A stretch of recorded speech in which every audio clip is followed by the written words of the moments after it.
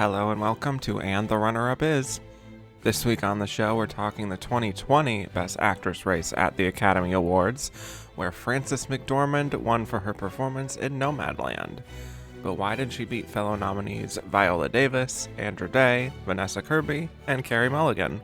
We'll explore all this and more on today's season premiere of And the Runner-Up Is.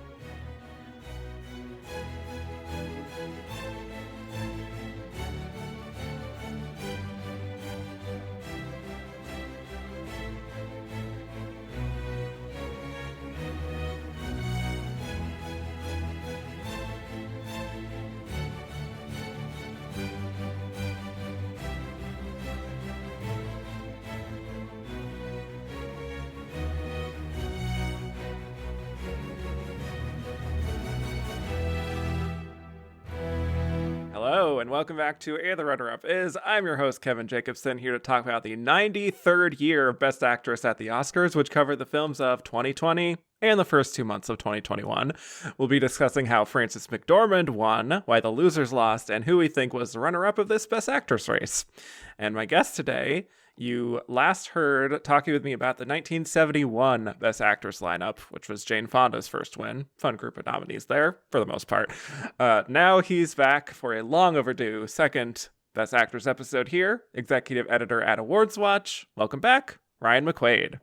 Hi, Kevin. Thank you so much for having me back on.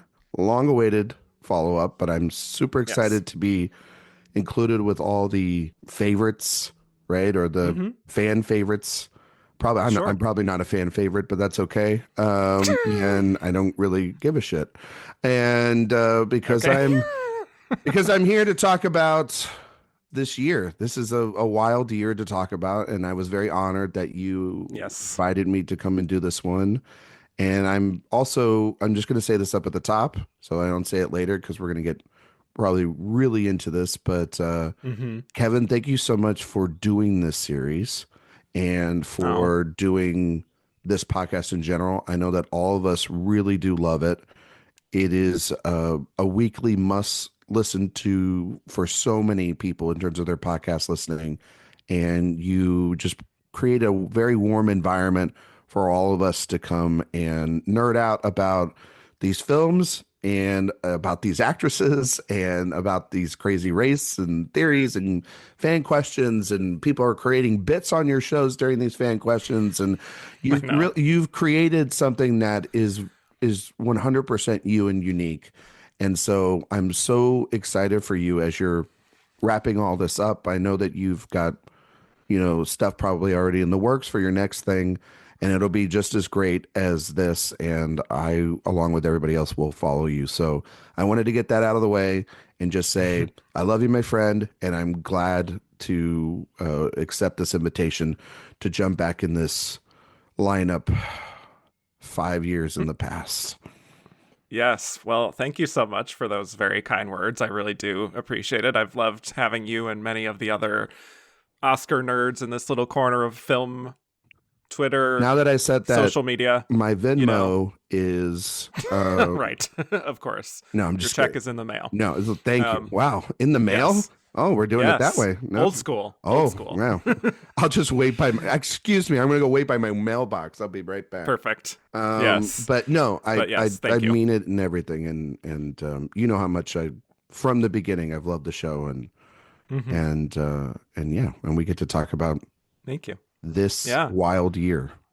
Yes. This is, some people feel like, kind of nostalgic about certain years they get to look back on in Oscar history. Now we are going back to 2020, where some things were happening in the world. I don't know if people remember, but there was a pandemic and the Oscars were held at a train station. So this is a very unconventional start to this season and this decade. So I hope we'll have fun with this, even though the circumstances of what this year meant was not fun, ultimately. But before we talk 2020, let's talk Best Actress. You've told me your favorite Best Actress win was Jodie Foster in The Silence of the Lambs. Great pick. So now I'll ask you, what's your favorite Best Actress lineup of all time? Oh, man, that's such a hard question to ask. I'm sure everybody gives you like 9 answers, so I'm going to give you 9 answers. Obviously 1974, a wonderful year. And when I was looking back on this, I'm like, it's not just the performances. I need also the films to be good too. And so 1974 has incredible films. 1990 is really great. Kind of, super diverse in the films there. And you have these great actresses that are part of it. Like Kathy Bates and Julia Roberts, Meryl Streep, Joanne Woodward, Angelica Houston. 95 was one that I looked at too. It's got my favorite Meryl Streep performance in it. Emma's incredible in Sense and Sensibility. Sharon Stone in Casino's wild. So you get a Scorsese movie in there. And then two more real quick. 2002, I listened to that episode. That was a wonderful episode. Again, diverse in terms of the films in the lineup. And then 2006, I actually think is a great lineup. You got this wonderful performance from Helen Mirren, Kate Winslet in Little Children, which is her best film that she's been nominated for. You've got Meryl in Prada, which is such a rewatchable film for me. Judi Dench is shaking Kate Blanchett during that whole runtime for Notes on You're not young. You're not young. I do this to help. I say this to help you. and then Penelope Cruz in Voltaire, which I mean, like, put an Almodovar movie in a lineup, and I think all of us go to fucking heaven. So like, yeah, like it's those would be the five. You know what I mean? Those would be the five. But my other question. You've told me your most heartbreaking loss in this category, Michelle Williams for Blue Valentine. You've said Meryl in The Bridges of Madison County. You gave me Mary Tyler Moore for Ordinary People. You listed quite a few others, I did. actually. Yeah, I don't care. I'm just going to list my favorites, and that's hard to disagree with those, obviously. But alternate question here: what's your most heartbreaking snub or omission or whatever you want to call it? Someone who was not nominated in this category of all time. I have two. Okay, and that's better. 2 plus 15. No, I'm just kidding. Right, of course. I have two. Juliette Binoche in Three Colors Blue. I think it's a good call. Transcendent performance. And I just rewatched it for a show that I do over at AwardsWatch, Director Watch. We did a Kozlowski series, and I hadn't seen it since college, and it would just kind of, once again, blew my mind. One of our greatest actresses. Kind of crazy that she's only been nominated once in Best Actress, and it's for Chocolat. Which is Kevin's favorite movie of all time. And I love to watch it every year. Just every year, right? Like when you've had to do these series, you've had to watch it twice, right? But Three Colors Blue, I would say that's a monumental performance. And I'm going to pick one more that is sort of nostalgic for Kevin. He has sort of anointed me as the Quentin Tarantino expert, even though I did not choose that. But it was thrust upon it, and I took that. I took that mantle. But I would say, I don't know for which one, either Volume 1 or Volume 2, but Uma Thurman in Kill Bill is truly a phenomenal performance. And I think everyone talks about Charlize Theron in Mad Max Fury Road all the time. And I think of like, that performance got to run because Uma got to, walk with Kill Bill. And I think I would probably go Volume 2 more. I mean, it's such a all-encompassing, physical, emotional film. And it was intended to be one, you know what I mean? But he didn't get to make it that way, or it is out there. That cut is out there. We just have never seen it. One day we will, I think. But yeah, that would be the two performances. I love that.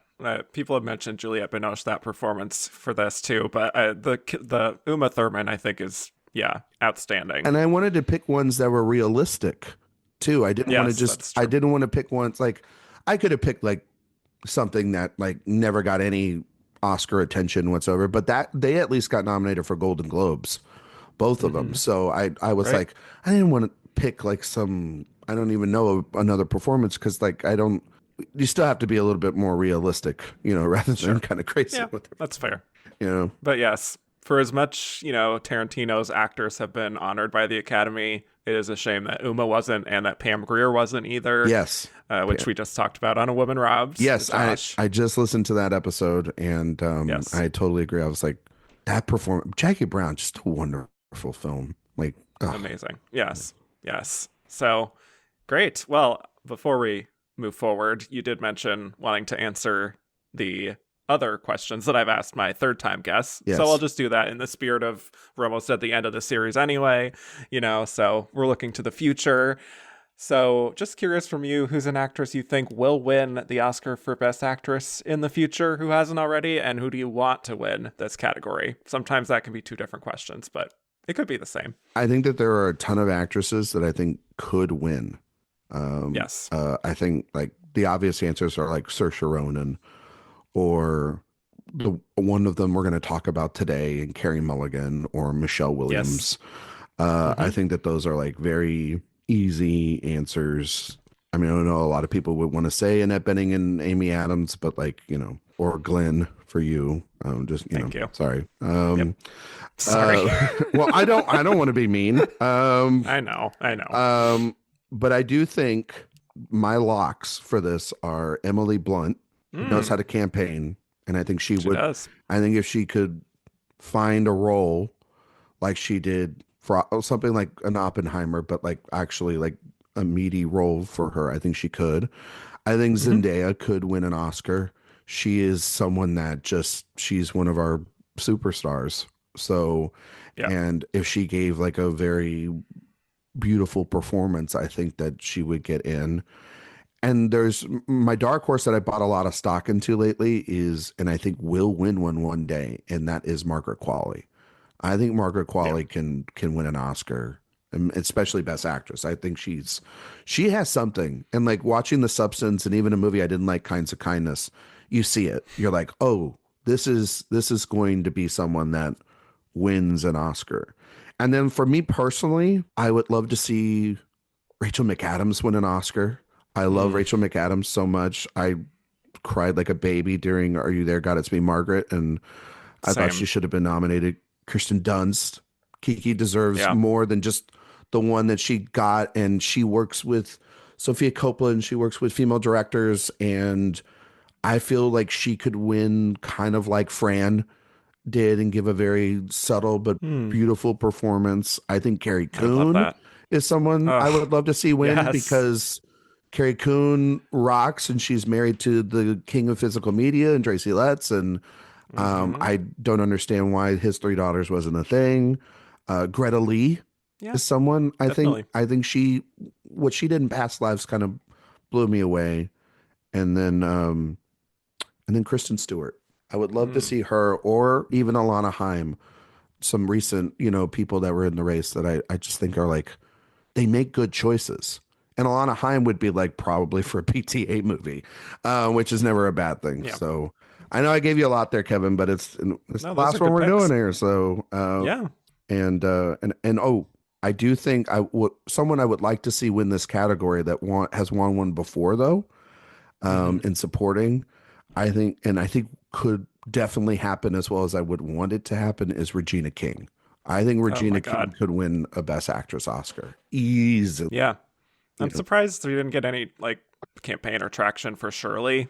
I think they pushed it as like a TV thing. But she could easily win one. People love her. I love her. I think people adore her. A phenomenal actress. Great choices all around. Well done. Let's talk about this year, 93rd Academy Awards. The Best Actress nominees were Viola Davis in Ma Rainey's Black Bottom, Andra Day in The United States vs. Billie Holiday, Vanessa Kirby in Pieces of a Woman, Frances McDormand in Nomadland, and Carey Mulligan in Promising Young Woman, with the winner being Frances McDormand. She did it again. So, before we break down these performances individually, any overall thoughts you have on this lineup watching it again? I mean, thanks. You're welcome. For making me. I felt like I was bringing up a lot of, as Jamie Lee Curtis would say, trauma. Watching PTSD. Yeah, yes. Exactly. Watching this. I mean, you and I had sort of already known each other, and we have done many shows for a couple of years already. And then, just to give a little bit of behind the curtain, we were in like a group chat with like a lot of critics, and we were on Zooms, and we were, I think, all trying to like keep ourselves sane during that time period. And there was a lot of uncertainty. I mean, honestly, like doing this episode kind of is weird because at the time we didn't even think we would have an Oscars. And is it morally responsible to do an Oscars while, so many people have perished? It's kind of very weirdly similar to what's going on right now in Los Angeles. Like, is it morally right to be announcing nominations for movies and stuff while people's homes are burning to the ground and they're losing everything? And so I think that there was like a interesting way, Kevin, where like it was a little bit of like one toe in and we'll see how it goes. And, there was a lot of virtual festivals. There was a lot of virtual screening rooms. There was a lot of this is how you're going to see a movie is like that.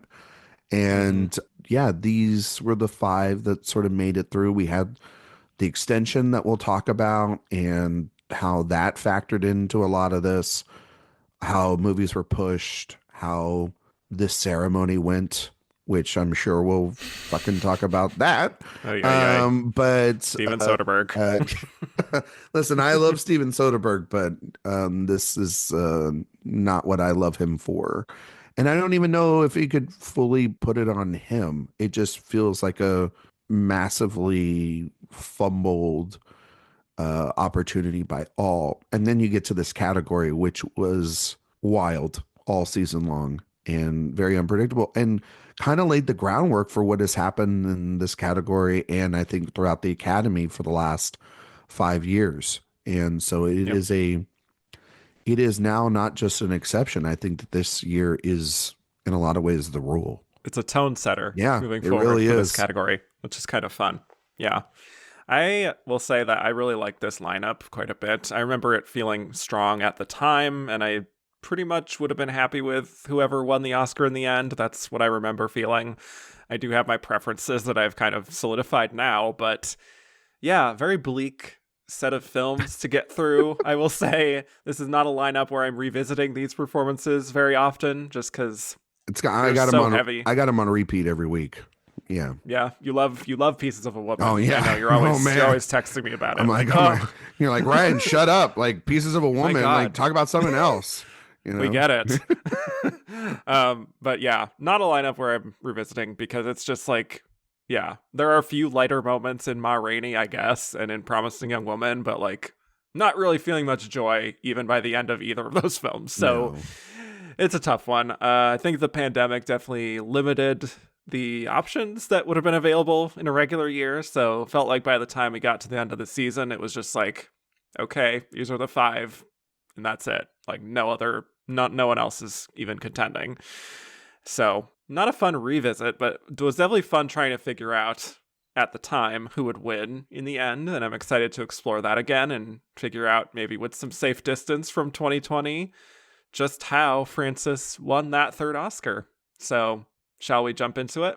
We shall. Well, we are starting off with Viola Davis in Ma Rainey's Black Bottom. So Viola scores her fourth Oscar nomination here, second in lead, and she's making history here in a few ways. She is now the first non-white actress to score 4 nominations. She's the first Black actress to receive multiple Best Actress nominations, which is just wild that it took 93 years for that to happen. But yeah, in between The Help, where we last talked about her, and Ma Rainey's Black Bottom, her career has really blossomed, and she's become one of the premier stars of film and TV.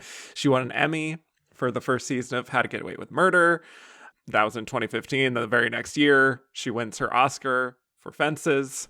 So that's in supporting actress. So, in the middle of all that, she's definitely pursuing this film career in a major way with supporting turns in films like Prisoners and Black Hat. She played Amanda Waller in the DC cinematic universe. She starred in Widows in 2018. She's in a pretty great place career-wise in this era, which brings us to Ma Rainey's Black Bottom, the second of the August Wilson plays being adapted to the screen by Denzel Washington, the first being Fences. So Ma Rainey's Black Bottom is set in 1927 over the course of a day where Ma Rainey, played here by Viola, is a renowned singer known as the Mother of the Blues, is set to record an album, as organized by her white manager and producers. She is famously temperamental and knows what she wants. And the film is also focusing on her band, who are in the recording session with her, particularly Levy, a trumpet player played by Chadwick Boseman, who wants his shot at the big leagues. And the film, like Fences, explores the Black experience and how these musicians fit into the world of entertainment that is dominated by white producers.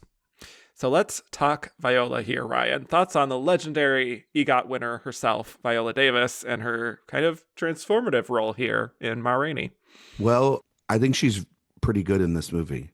And I didn't think that at the time. This is the movie that I think, for me, on the rewatch, aged the best. And it's, there's a lot of context to this movie. You mentioned this being the second of the August Wilson adaptations. The first was Fences, and she wins the Oscar for it. I mean, controversial. I've listened to the episodes, where it's been discussed about the category fraud and does she beat Emma Stone, and listened to the 2011 episode as well and talked about her performance in Fences. In The Help, and in what that would lead to Fences and everything, and we can talk about that a little bit more later. But this was a performance that was one of those where we saw the photo for an extensive period of time. We knew about Chadwick and the sad passing of him, and how that would sort of factor into this race. George C. Wolfe, mostly from the stage and television, stepping behind the camera here, and what he would do with this, a legend.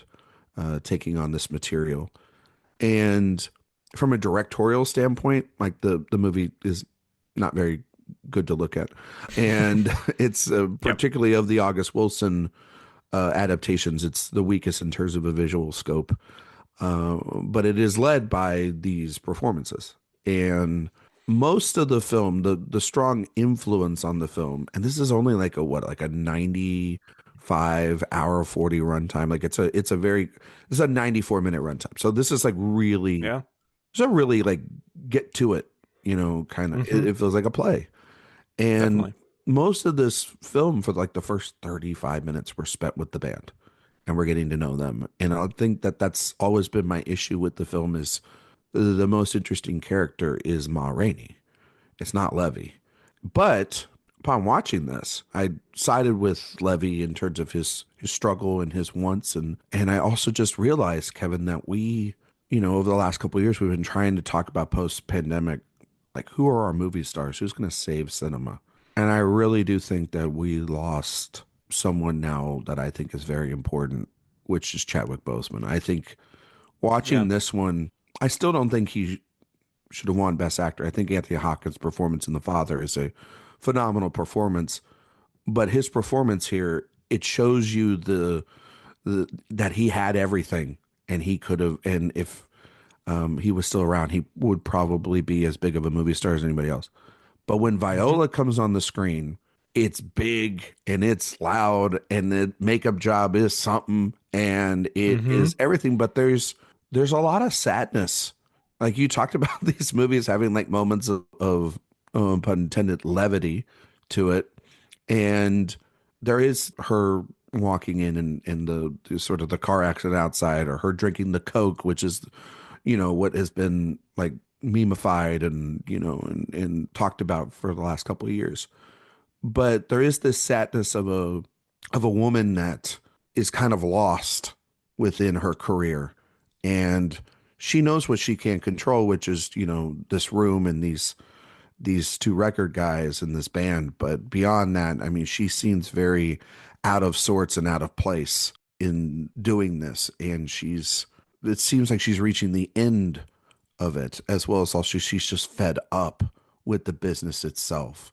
And I really did connect with those smaller moments that she had in the film, particularly with Coleman Domingo, when her nephew and one of the bandmates are out getting her the Coca-Cola. She just has like two moments with Domingo that really solidify the performance to be one of Viola's best that we've seen so far. And I think it's loud work at times, but then it's also quite heartbreaking. So it's good work. Yeah. Well said. Well, I'll just note quickly that by this time in 2020, I remember I had really become such a huge fan of Viola's. I definitely liked her in that Doubt Help era of her breakthrough. But by the mid 2010s, I was watching How to Get Away with Murder every week without shame. I was thrilled for her Oscar win for Fences, even though maybe should have been in lead. Loved her in Widows. So I was just really, very taken by her and her gravitas and her sort of dramatic chops. And it felt like she really came into her own in this era.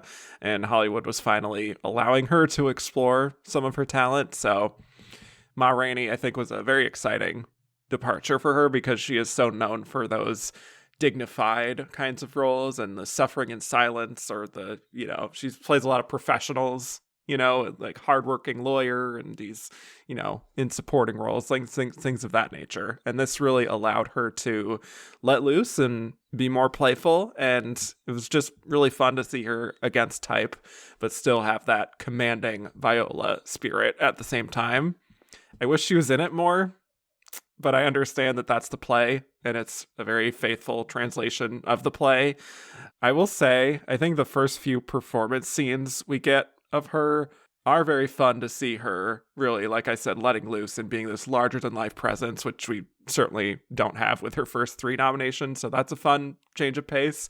But I do think the lip syncing is a little rough, to be quite honest. It is, for me, very obvious that it's not her singing voice because it's just a totally different sound compared to her speaking voice. So that feels a little, it kind of takes me out a little, especially compared to the next nominee, actually, that we'll be talking about, Andra Day, which just reads as more authentic to her voice. But other than that, I think she has a great stage presence. I love her big, brassy, sort of unapologetic attitude as she performs, and is like, in that first scene, especially feeding off the energy of the crowd. I love the little shimmy she does at one point. So I think her physicality and her body language, like, that's all there, even if there are times when the singing does take me out a little bit. No, for sure. I mean, I was gonna bring up the lip singing, which is, it's the overall part of the problem with the film, is that, like, it has the right ingredients to be like a great adaptation of August Wilson's work. Have you seen The Piano Lesson, yes. Kevin? Like, to me, like, that's the best of what an August Wilson play can be. Like, someone who's fresh and new and has a visual sense while also understanding that you've got to create space with the camera, not just within the room for these actors to work in. And this is a work that's primarily, it is set in one location, but in like 2 rooms, really. And the room that the in feels very claustrophobic. It feels like like a thriller almost at times, with the sort of anxiety that Levy is bringing his, his frustrations and in the history of the band, and being like, and we see it right from the opening scene where Levy is playing a solo too long, and Ma's pissed that he's taking her spotlight, essentially. And that's what the dynamic of this movie is. It is a power struggle between ambition and establishment. And really, it's so fascinating that it's about the establishment of these 2 Black characters eating each other alive, when then in reality, the executives are the ones that are forcing them to do that. And there's the coda at the end of the film of Levy's song being, it was bought for $5, right? And then he's never going to spend that $5 because he's going to most likely be in jail. But that song's going to be a hit for, one of the big bands at the time or whatnot. And primarily a white band at the time. Yes. And it's a real gut punch, I think. It really is. That's actually one of the times where Wolf actually like makes a statement. While very on the nose, it is like the perfect thing to do in that moment. It makes sense. But I don't know, she sort of she comes in because Ma Rainey is a big presence, right? From the history books, she is this, she knows what she is by this point. She's not up and coming. We don't have to like kind of have the origin story of Ma Rainey, or let's travel back in time a couple of scenes to figure out. We know who Right. she is. She is this big blues singer from the South, and she's coming to do records. So she can lay these records down and they could be giant hits. But she doesn't care because, like most artists, even nowadays, the tour is the point, not the art, not the records. And you could see she's frustrated, but then you also add in that she's bringing in her nephew to really kind of just amplify this experience for everyone involved. She has this girl that she is involved with. Like there is, like it Yes. is a very interesting thing to see that, because not only is there the power dynamic with her and Levy in the band, but there is then this sexual dynamic that is added to it as well. The relationship dynamic between this young girl, and you sort of see Ma and why, she has brought this girl with her, and she's obviously with Taylor Page, Dusty is her name, I believe, and she has power over her. I Right. can buy her the pretty thing, and I can, make her sit down and bring her with me left and right. But then she's also attracted to Levy, who is this, who is probably someone more within her speed sexually and who she's more attracted to. And then through that builds jealousy, right? Because Moss probably had to hide this, or she's had to combat this, but she's the one Mhm. that's powerful. And so she takes everything out on Levy. And then Yeah. that room, which is very big when she walks in it, gets completely sucked up by her presence. And Viola just does a fantastic job of making a room that's 3-4 times as big as the back room where the guys are at feel as suffocated in terms of tension. Hmm. And it's supposed to be a room with space, like a recording studio. And I think that that's a testament to Viola, who I agree. I love Viola Davis, and I'm one of those people. I never understood why she didn't get nominated for Widows, Yeah. and I'm one of those people on the record that I think that she would have beaten Emma Stone for Fences. I think that that's how powerful of an actress she is. You could not deny Viola Davis at that time was maybe the most popular actress on the planet, given that she was in a massively big television show and she's dominating an August Wilson play. And in a lot of ways, she is, I agree with you, more the supporting player here to Levy, even though she is the titular role, but she commands the screen when she's in it, Kevin. So, Hmm. Yeah. I feel like that boisterous attitude is really coming from a place of protecting herself in a way and just having these very strong convictions so that she won't be stepped on and taken advantage of.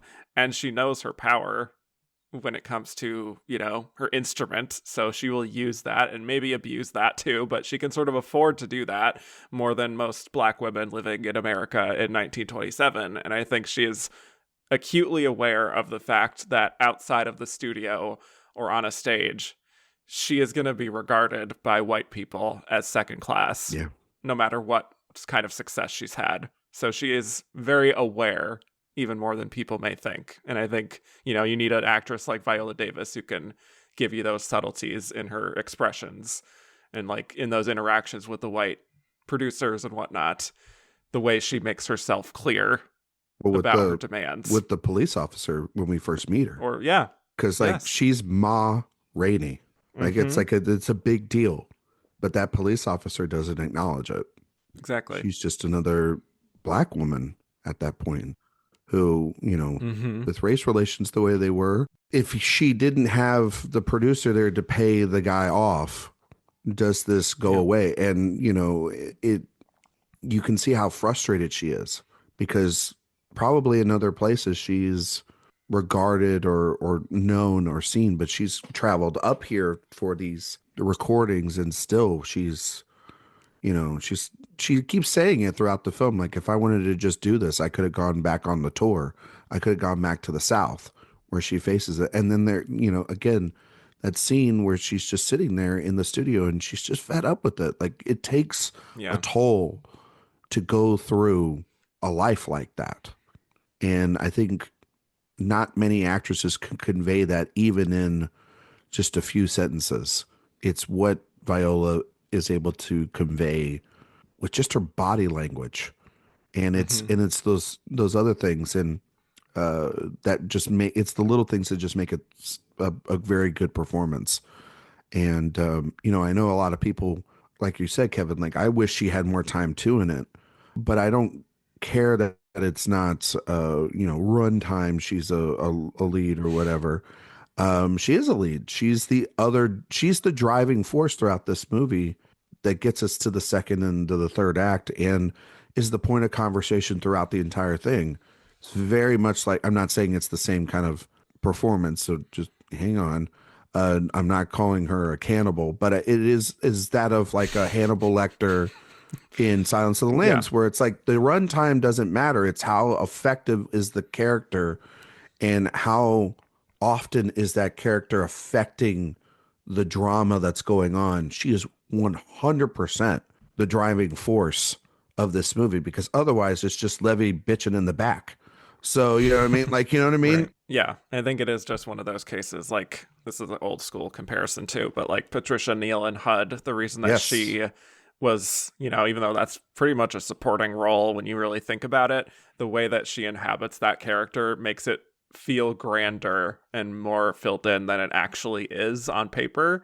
And I think that is kind of what the case of Viola is here too, is that she just commands so much attention and she is still present in a way even when she is not on screen, Well, you know. I just think also too, like guys get away with it all the time. Like a woman Well, wants to do it, like everybody gets mad at her, or yes. or they Lily cause, Gladstone, yeah. Michelle It's like, Williams, who gives a yes, shit? yes. Like, I know. these women, they pick what they want, and let's support that. I think she's better than Chadwick, and I still believe that. I think that, I don't think Chadwick's bad. I've kind of grown a little bit out of that over the last 5 years, where I was just like, God, this is a lot, and it is a lot. Hmm. But it is also about a young man's frustration and an ambition and wanting to, if you take yourself all, I think that this is part of the exercise, right, Kevin, where you take yourself out of, especially anybody that's done it, like, covering it these years, you take yourself out of it and you're not watching the other damn films in the other categories and stuff. And you're just focusing on these films individually. And then we obviously bring it all together. Like, you feel for Levy, you feel for Ma. Like, Hmm. these are two people that one is famous, one is ambitious, and they're stuck in a system that feels very much like it wants them to eat each other alive. And that's very Yeah. much evident by that final shot. So Hmm. it is a very like tragic story. It's not Yeah. one you're putting on during the holidays, when Right. when this movie But came out. important. You know what I mean? Yeah. Yeah. Very important. Important nonetheless, I think, to tell this story. I do also just want to note one other scene within that Coleman Domingo sequence that she has of the quieter moments when she's talking about why she loves singing the blues and how it kind of fulfills her. That it's like she says something about how it's life's way of talking and how, white people don't really understand where the blues come from. And the way that she communicates that, she just kind of goes to a different place in that moment. And it's not even just like the boisterous Ma energy anymore. It's just kind of like she's transported back to being a kid again almost. And I just think that's such a lovely moment of, balancing out the character and allowing us to sympathize with her and understand where she comes from and why she fights so hard for her artistry. And also, I think she's fighting for herself, Yes, exactly. and just to be authentically her on that stage, Hmm. and then have the comfortability to be someone who is an LGBTQ performer in that time, who's Yeah. black, to Hmm. feel even with that power that she can be herself out there. I mean, she hints at that as well too. It opens up more on a rewatch 5 years later. It's one of those, when she's driving away in the car, she's going to go back to the life she talked about with Cutler, and it doesn't sound very glamorous. The only time it's Yeah. glamorous is it's on the stage. Otherwise, it seems very hard on her. And it's, yeah, Viola's great. I just wish she also, going back to your point earlier, I just wish she sang or put an effort into singing this thing, Yeah. because when I was watching, I was like, and it's too polished. The sound is too polished, right? Like it feels I like agree. it feels so cheap. Like it feels very like Lifetime TV, Yeah. like a move to do that, which it kind of undercuts a little bit of like the power of her when she's talking about singing. But Right. I don't think but that's not a Viola choice. That's a George C. Wolfe choice. That's a director to say, no, no, I'm going to do it this way because that seemed like a shortcut, which I kind of would have loved to see Viola stretch it. And Hmm. I think, to that point, I think that kind of hurt her when you really think about I think her so. prospect of winning because, Yeah. um, And I think her impact is lessened a bit yeah, towards the end when it becomes more about Chadwick and Levy's story when she does exit from the car, and all that stuff. yeah. And none of that is her fault, No, it's obviously, not. because that's just the structure of the It's film what and she's the given. play. Yeah. Right. But it does perhaps explain why she didn't quite go all the way Yeah. and win the Oscar. Yeah. So, but yeah, it's really, really good work from her. So she has 4 great nominations, in my opinion. Yeah. I So, don't think she has a bad nomination. yeah. I mean, some of the films aren't the best, Yeah. But but again, not her fault. not her fault. She's a lot like Meryl. She has these movies where she elevates Yeah. the material because that's how grand of an actress she is, Hmm. and she's one of our best. There's no question about that. I love Yep. Viola Davis. I'd love to see her, like to answer the question earlier, I'd love to see her win a lead actress Oscar. And I think she Yeah. can. Um, it's, I think that's coming. If the right ingredients come together, I think yeah, the industry would line up to reward her in lead. I think so. I think so. Yeah. All right. Shall we move on to our next nominee? Yes. Yes. Relatively similar in terms of playing a singer, but quite a different type of film and story here. Andra Day in the United States versus Billie Holiday. So this is, of course, Andra Day's first Oscar nomination for what is essentially her first major film role. Technically, she does have like a brief appearance in Marshall, and she has a voice in Cars 3. Shout out to Cars 3. Shout out Cars 3. But The yes, the best of the Cars movies. No, I'm just kidding. I don't of know. course, of I've never course. watched Cars 3 and I never will. That's fair. Yeah. Maybe you should to complete the filmography of Andra Day. Um, but anyway, they're both so minor that they hardly compare to what is asked of her here.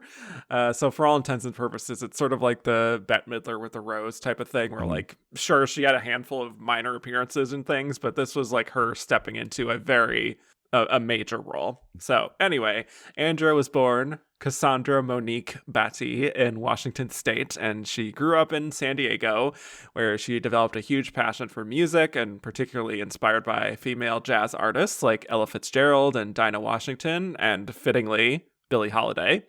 So after high school, she worked very hard to support herself while trying to follow her dreams of being a singer. She was discovered by Stevie Wonder's wife, who made the connection, and she rose to popularity due to her YouTube covers and eventually released her first studio album in 2015. And that also features the song Rise Up, which I think many people have heard, her biggest hit to date. And she was nominated for Grammys. She also performed on the song Stand Up for Something from Marshall, the Diane Warren song that was nominated for Best Original Song at the Oscars. Hell yeah.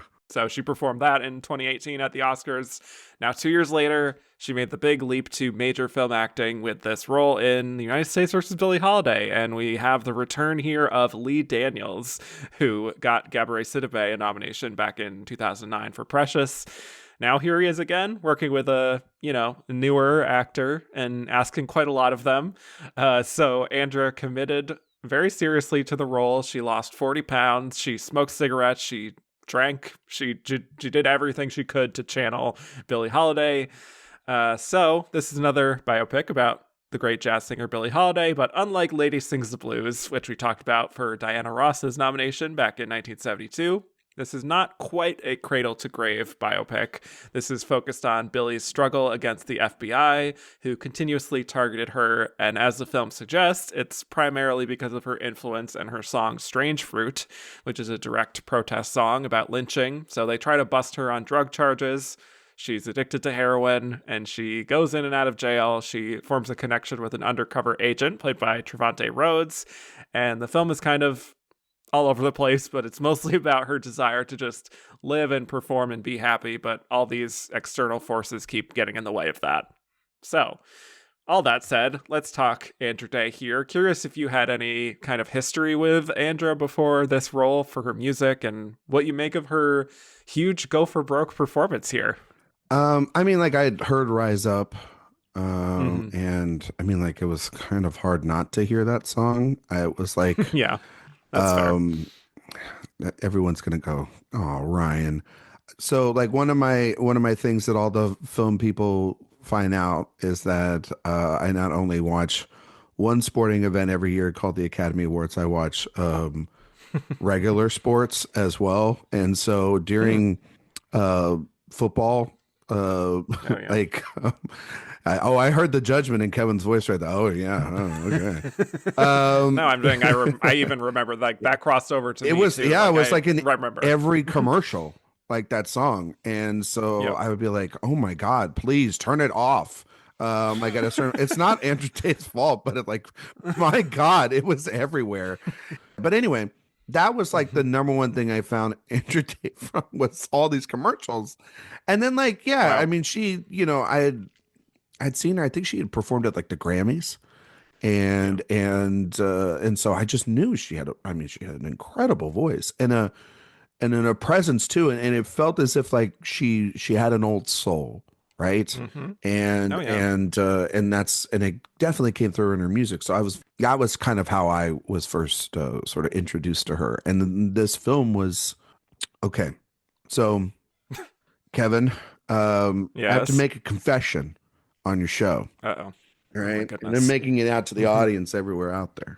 So I had never seen the United States versus Billie Holiday until this exercise. I kind of figured, well, it was one of those, I usually am a completist at the Oscars. I really am. Like, we get to it and everything. Obviously, pandemic year, I was less lenient. I was lenient on myself. I was like, you don't have to do everything.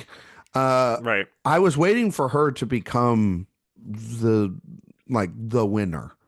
And then I would sit down and watch it because it was also, this movie is long, like to get through. Sure is. We're going to talk about it. It was long. So, but she never did. And I knew she never would. So I kind of put it off. And I was like, okay, I'll wait until like the week of the Oscars. And I just didn't get to it. So this exercise finally got me to watch the United States. Well, you're welcome. Yeah. So really, honestly, I had seen a lot of her work now after this. And I had seen Exhibiting Forgiveness this year and your favorite movie of 2020, The Deliverance. The Deliverance. Yeah. And seeing, talk about, like, I'm not one of these people that thinks like, bad performances should get nominated all the time.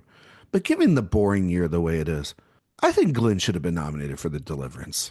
Like, I think Glenn should have been nominated for Deliverance. I think Dakota Johnson should have been nominated for Madam Web. I think Josh Hartnett should have been nominated for Trap.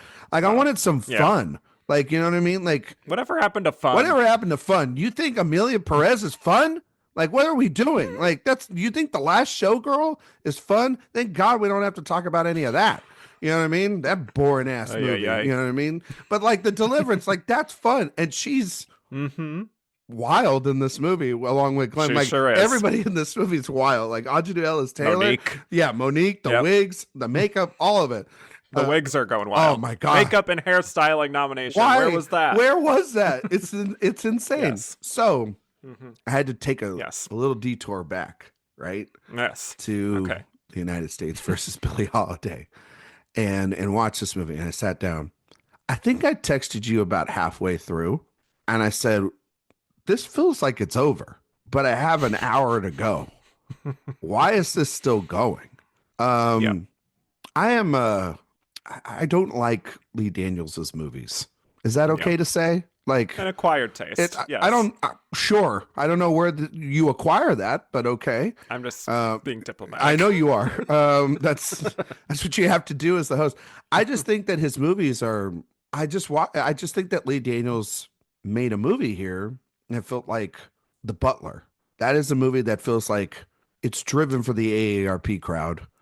It's driven Yes. for whoever doesn't know how to do like decent lighting, decent cinematography. It looks so cheap. And then this story doesn't even feel like it has a script to it. It feels like it is Yeah. mangled up scenes that were rushed together so that they could get her into Best Actress. Because when you watch her, she's the only interesting thing in the film. But the problem is, everything she's doing is massively repetitive.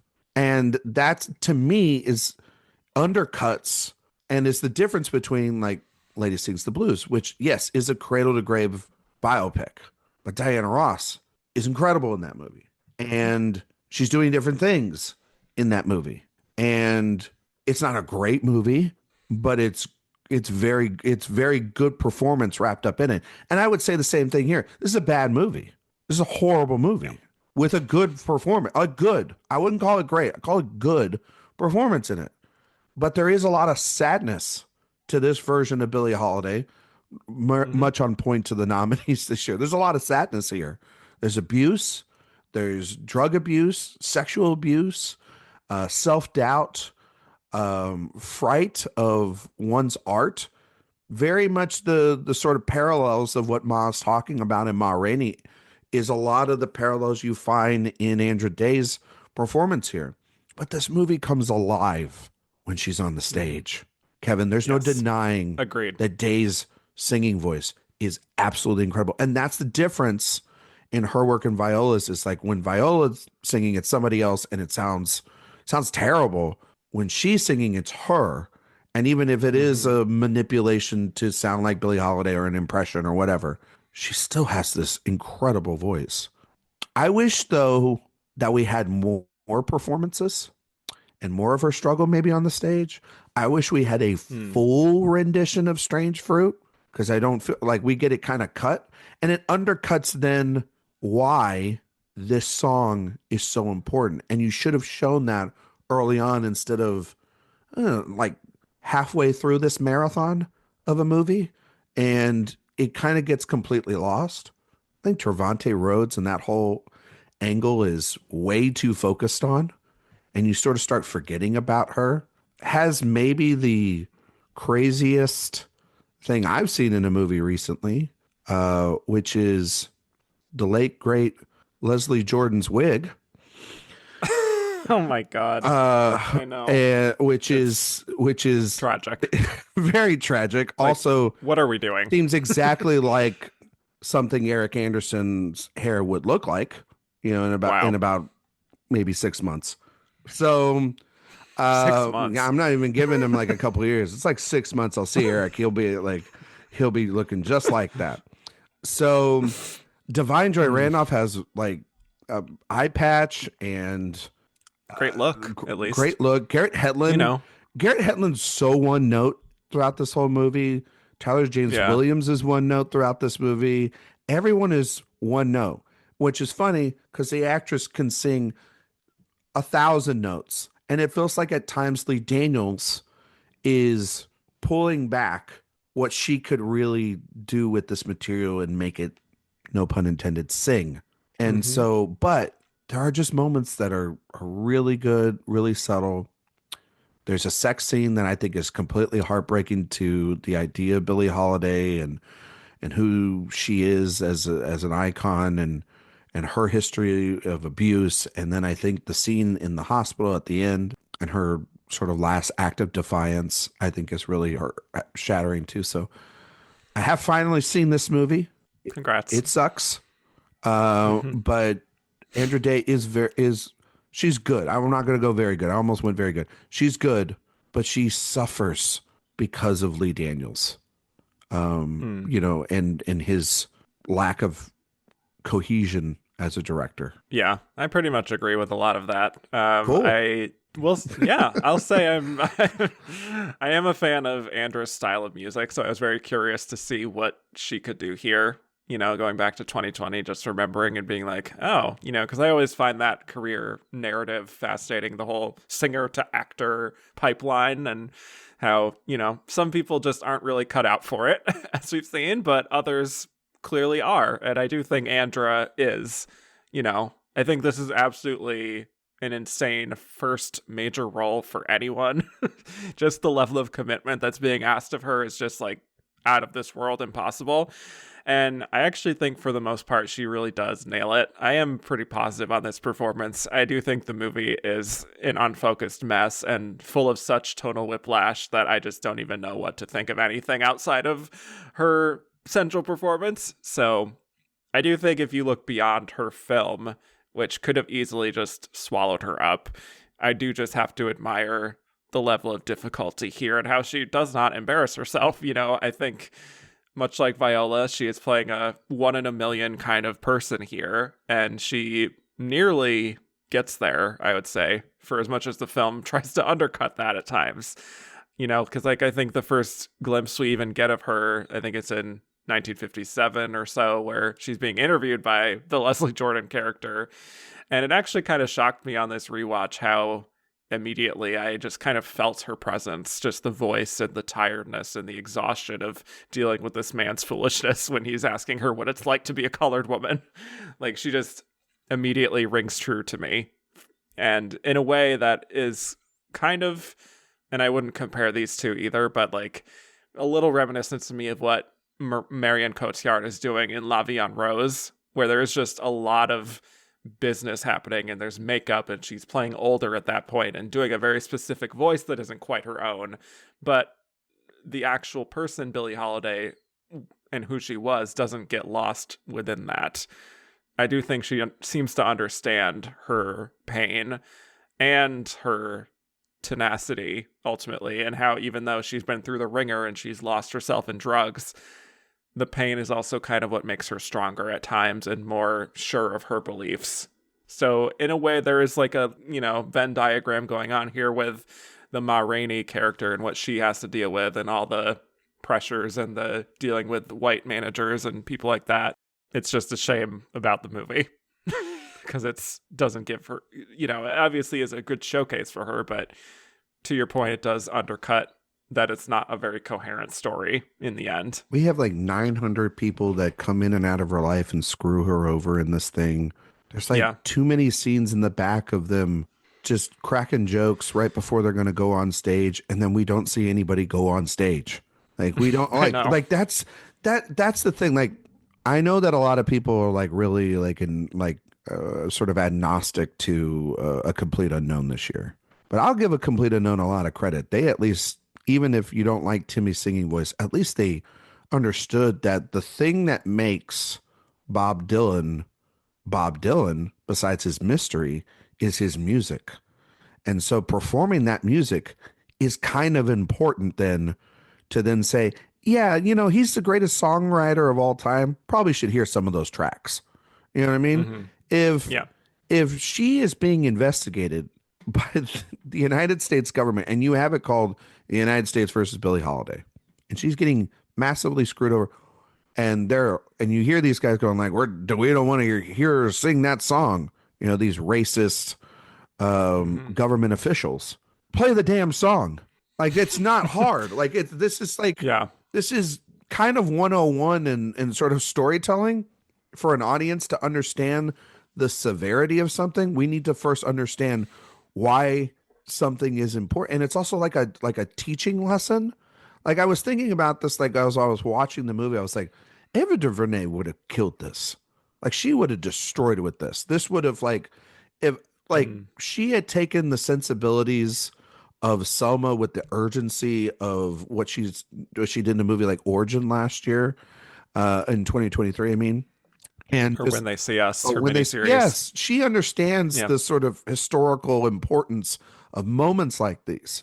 And I think she would have killed it because she understands. Yeah, probably.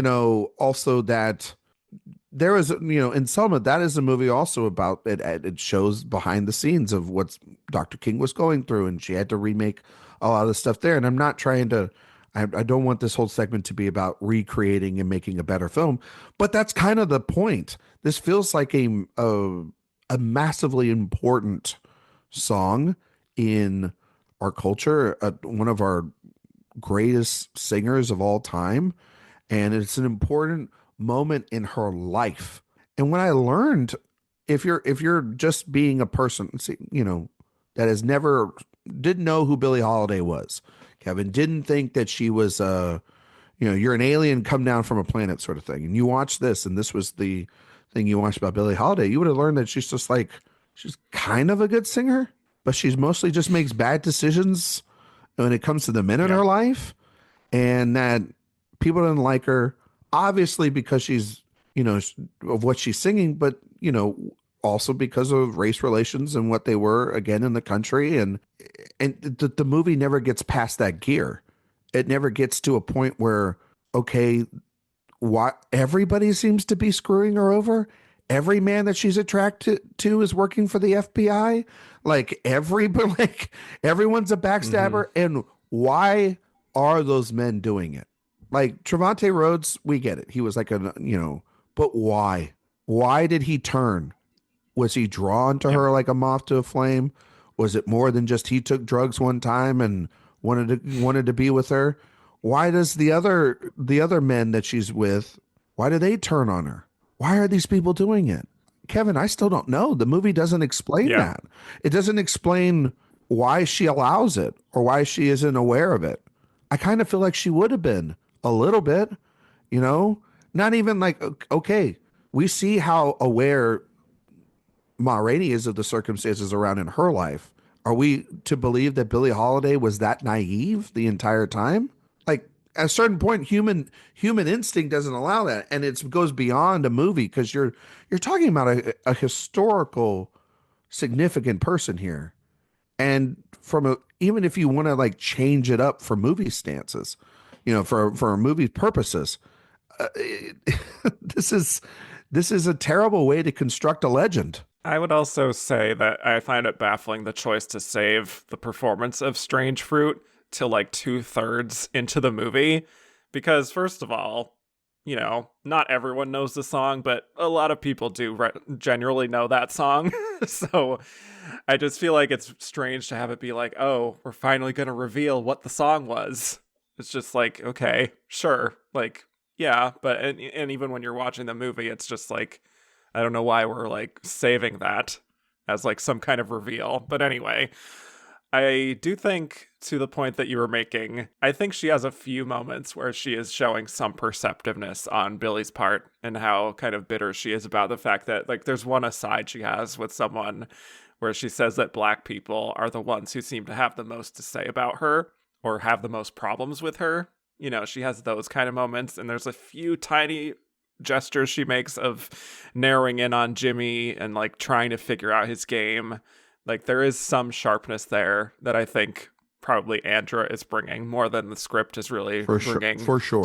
To show that she's not just totally clueless and out of her mind because she's on drugs. Because that's kind of what the narrative seems to be kind of suggesting, which is a shame, I would say. There are a few moments of like when she is showing her artistry, which I do respond to a little more within the film. I don't want to talk too much about some of the repetitive kind of drug use stuff because it, like you said, it just gets to be kind of redundant at a certain point. I will say though, she is completely convincing in those, in those scenes, and she is, and it is when you first see it, it's very effective.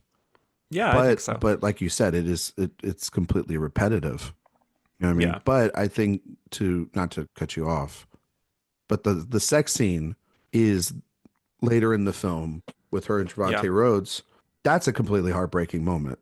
And it's like these, and it's like you're saying, little moments that make the performance what it is. Yeah. Well, I was going to say, I appreciate that we see like when she's offered that night at Carnegie Hall, for example, and how she wants to make, a certain performance in one of her songs more of a conversation in her tone, and how she wants to integrate blacks and whites in the audience. And I think, Andra being a singer herself lends itself to scenes like that of kind of like figuring out the creative process, working things out in her mind, and like, even just picking up speed when she's got a good idea going. So I can appreciate that there is that. And, you know, we have a lot of sequences of her really displaying that one of a kind sort of talent and the joy of that for her. So I like that it's not all trauma and misery. Like we do have those backstage moments where she's just hanging out with the band. So there is some variety there. But to go to the other end of it, like you said, that sex scene is very heartbreaking because, you know, it's this kind of, for once, nice subtle moment of show, don't tell, of at one point her recoiling when he tries to kiss her in a more gentler manner, which is really reflecting that lifelong trauma of being raped at an early age and having such trouble and abuse from men. So I that is very effective. I agree on that. Yeah. I just wish there were, I mean, obviously not more scenes like that, because that's a very raw and very hard way of showing it. But it's effective. Mm-hmm. And then if you're trying to build off of the fact that, like, okay, this is like a love story, which is kind of what it kind of feels like, right? That they want Trevante Rhodes to be this love interest and true to form and everything, right? True to life. Yeah. They don't give you enough there, and she can, like you're saying, it's subtle things, it's small things. She is not a veteran enough actress to be able to elevate everything here.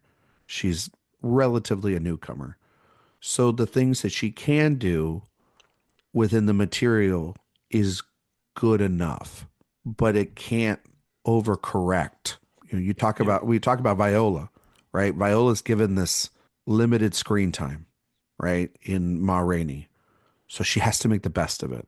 And she has to make the best of it in the biggest way and then in the quietest way, right? And I watched these movies sort of back to back. And you talked about the Venn diagram and sort of the parallels of these two characters. They're very similar in terms of their journey, how they feel. The Billie Holiday to even a larger extent, because literally the United States government is going after her and targeting her. And I do feel the makeup and Andra's exhaustion in those final scenes really do come through. And that's where you see the potential of her being a great actress, is in those moments. And again, though, it's in the quieter moments when the film is calmed down, but it's also a death scene, and we've seen that 100 times. So it's a little bit of like I guess I'm talking out of both sides of my mouth there, but that's how the film wants to have it.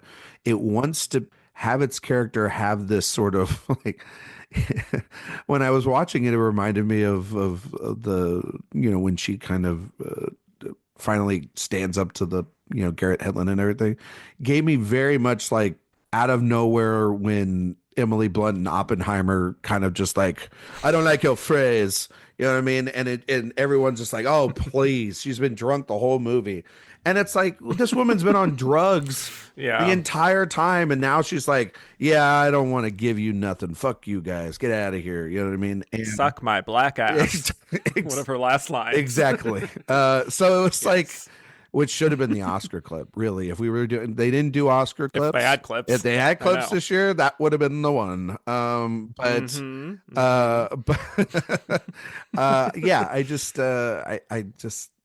it was watching. I was like, oh, this is a massive wasted opportunity. And I just think in the hands of a decent director, it would have probably been elevated. In the hands of a really great director, this could have been a fascinating character study, examination, piece of history. I mean, and if you wanted to build the entire movie up to Strange Fruit, to like contain it within she's going to perform it one night on a stage and kind of do it like that, sort of like a Steve Jobs-esque sort of thing, I guess you could say. That's very interesting. And it doesn't also feel like, because like this movie is a screenshot of her, or, you know, a snapshot, not a screenshot, a snapshot of her life. And yet it does feel like it wants to be the whole life, cradle to grave. And because they literally take her all the way to the grave.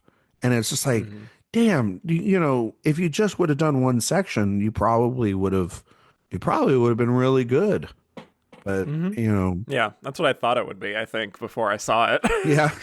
Just based on what it sounded like. And then you're just like, interesting angle. Yeah, but, it is an interesting angle. And I mean, but then I just also know that it's Lee Daniels and can't help him. He can't help himself. He can't help himself. Like that's really that's what I think hinders the film and her performance. And we'll talk about her in the race here a little bit, is the Lee Daniels of it all.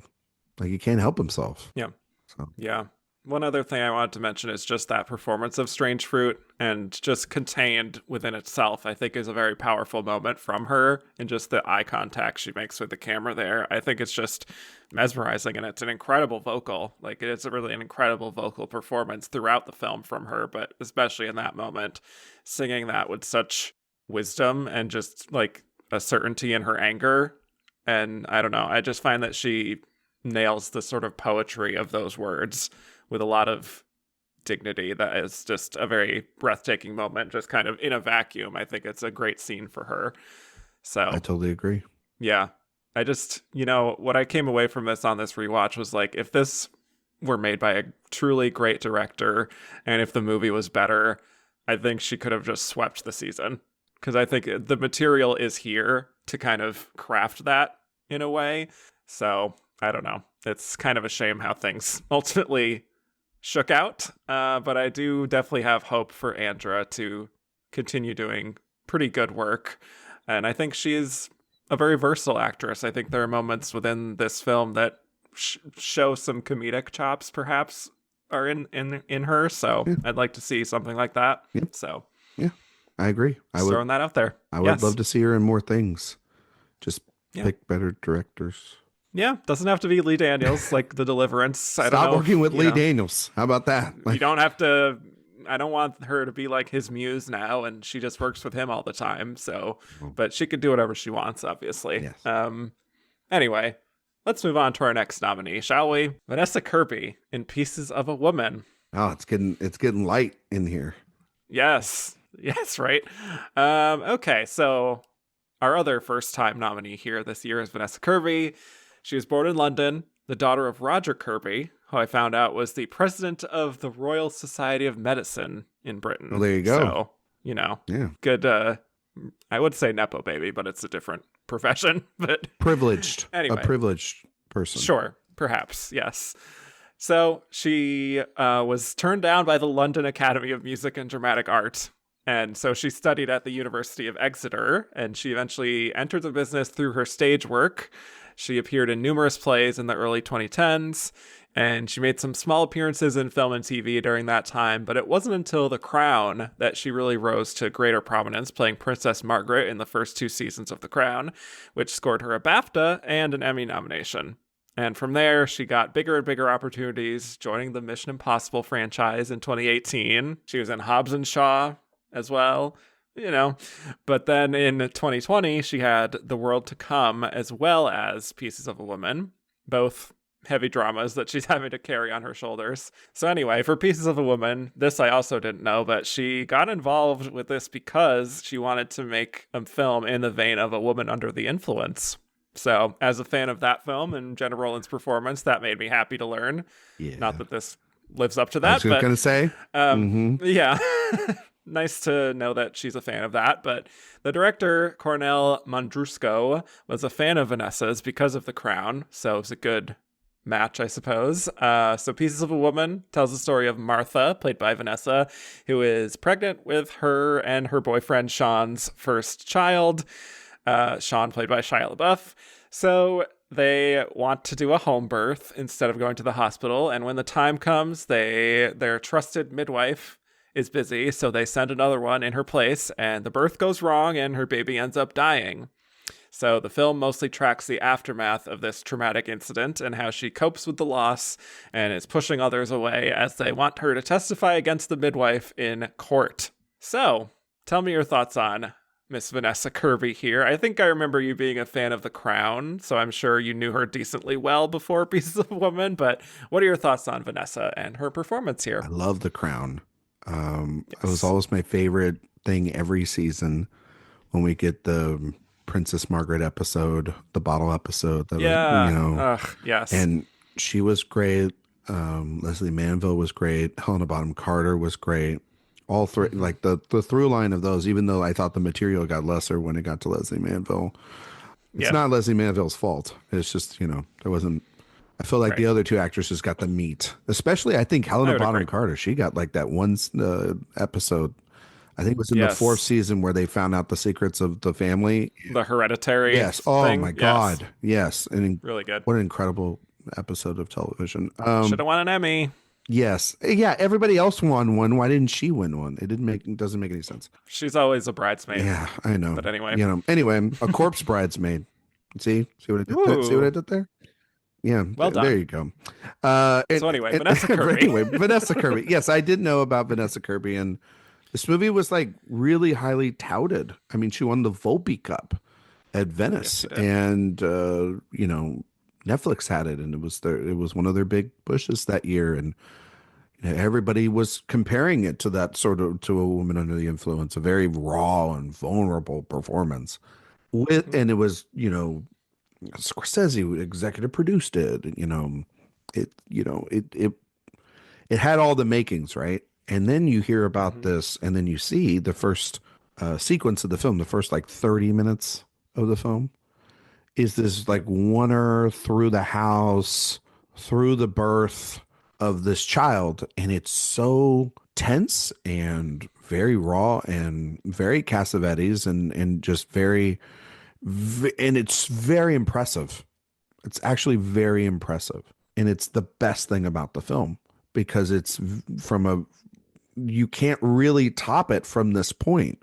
It's so interesting to do that, and it builds this tension, and it's completely devastating to go through it all and see it happen.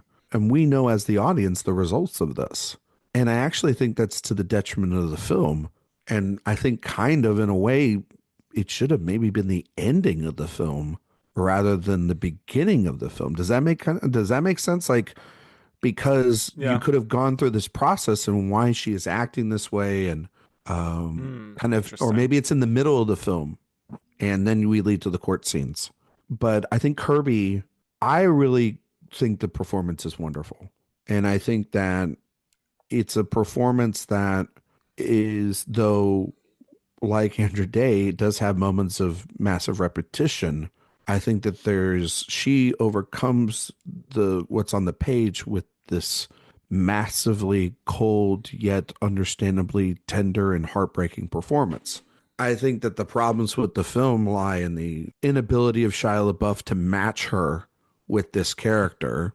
And I think Ellen Burstyn is doing God knows whatever the hell she's doing in this movie at times. She's in her own movie. She's in her own fucking world in this thing. She is all over the place. She's in her own For Your Consideration movie. She is floating in space. I mean, my God, Yes. We'll talk probably about the monologue here in a minute. But yeah. I think she's very good in this movie. And the only real reason to see it is because of Vanessa Kirby and showing the promise of this actress that I think, given maybe a better script, but the opportunity to dive into material like this and stop being in action movies all the time, I think that she can be a very good actress. I think that for Martha, we see her kind of almost walking through life like a ghost, but there's this bottled up anger and frustration, and she doesn't know who to take it out on. She doesn't know how to really convey those emotions in a way that's healthy because she's hurt.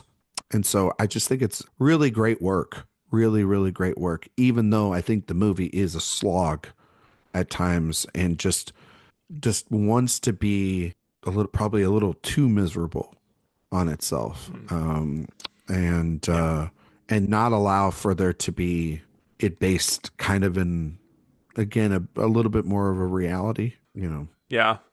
I like Vanessa Kirby. I wouldn't say that I'm like going out and seeing everything she does necessarily. You didn't watch like, Hobbs and Shaw?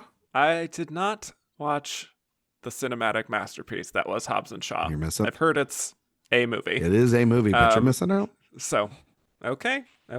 If she's not playing Hobbs or Shaw, then I don't know if I'm interested. Anyway. She is a Hobb. Or no, a Shaw. I'm sorry. She's a Shab. Yeah. So well, regardless. You should still check it out.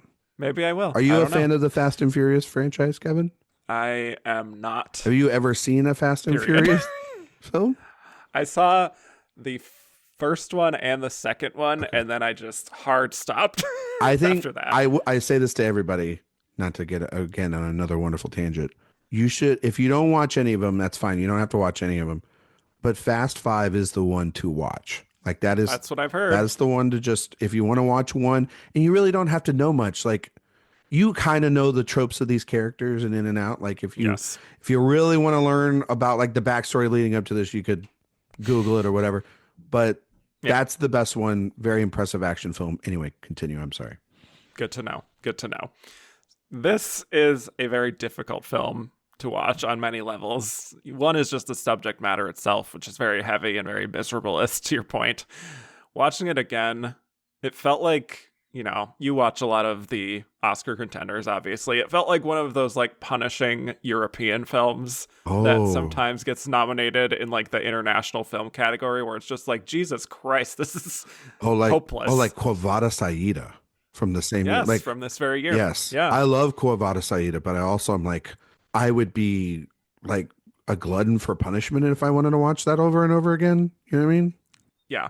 Yep. So it just feels a little bit like a European making a film about Americans, but maybe not fully getting there with like the slight cultural differences. It feels a little bit heightened in a way, the emotions. So I really felt that, especially watching it again, just feeling like this is kind of just like a translation of like a foreign language film. That's kind of how it feels. So I think Vanessa's really good. I think she understands the material very well, and she absolutely throws herself into that first 20-minute sequence, which is, I will agree, unfortunately where the film peaks, in my opinion. It's only downhill from there. I think the aftermath is still impressive work from her, but it is slightly repetitive in how she is being asked to just play it as understated as possible and as numb as possible. So I can't say that I was super surprised or blown away by the performance or some of her choices, to the extent that like, oh, I can't imagine anyone else playing the role. I think there are others in her age group that could have played this role perhaps somewhat equally, but I do think it is really good sort of internal work that she's doing here. And it doesn't read as blank, it reads as true numbness. I think a lot of her facial expressions, they read as numbness and as if you're watching someone still processing their grief. Yes. That's why I think it's so impressive, because she's conveying a lot. Like a lot of the dialogue is eye rolly. You know what I mean? It's very much is like you're absolutely correct. Like Kata Weber's script is essentially, which is based off of the same material that her and the director wrote themselves.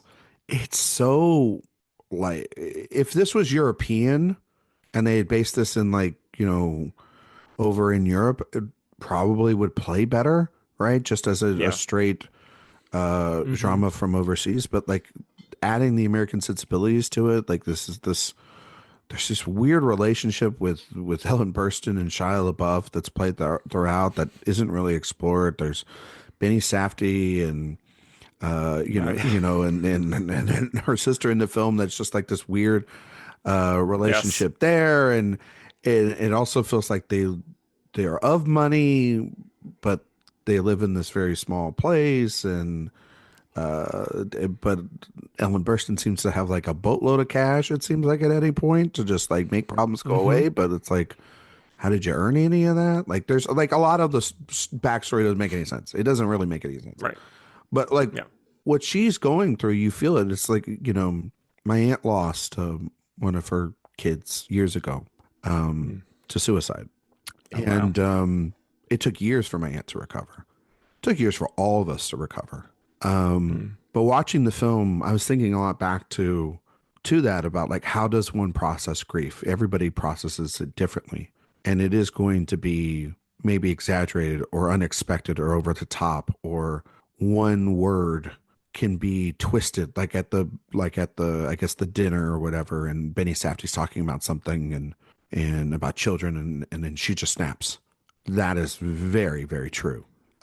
So I do think all the stuff with the legal battle and and Molly Parker, who looks like she was made for that role. Right? She's been made for this role for years. Perfect Like casting. it is Yes. like, oh, you want to like have like someone in the healthcare profession be the bad guy, like cast Molly Parker. Yes. But I did think a lot just about how she's sort of floating through this world while missing a piece of her, right? And Hmm. which is the connection and bond that a woman has with their child. And I felt that as I was watching it.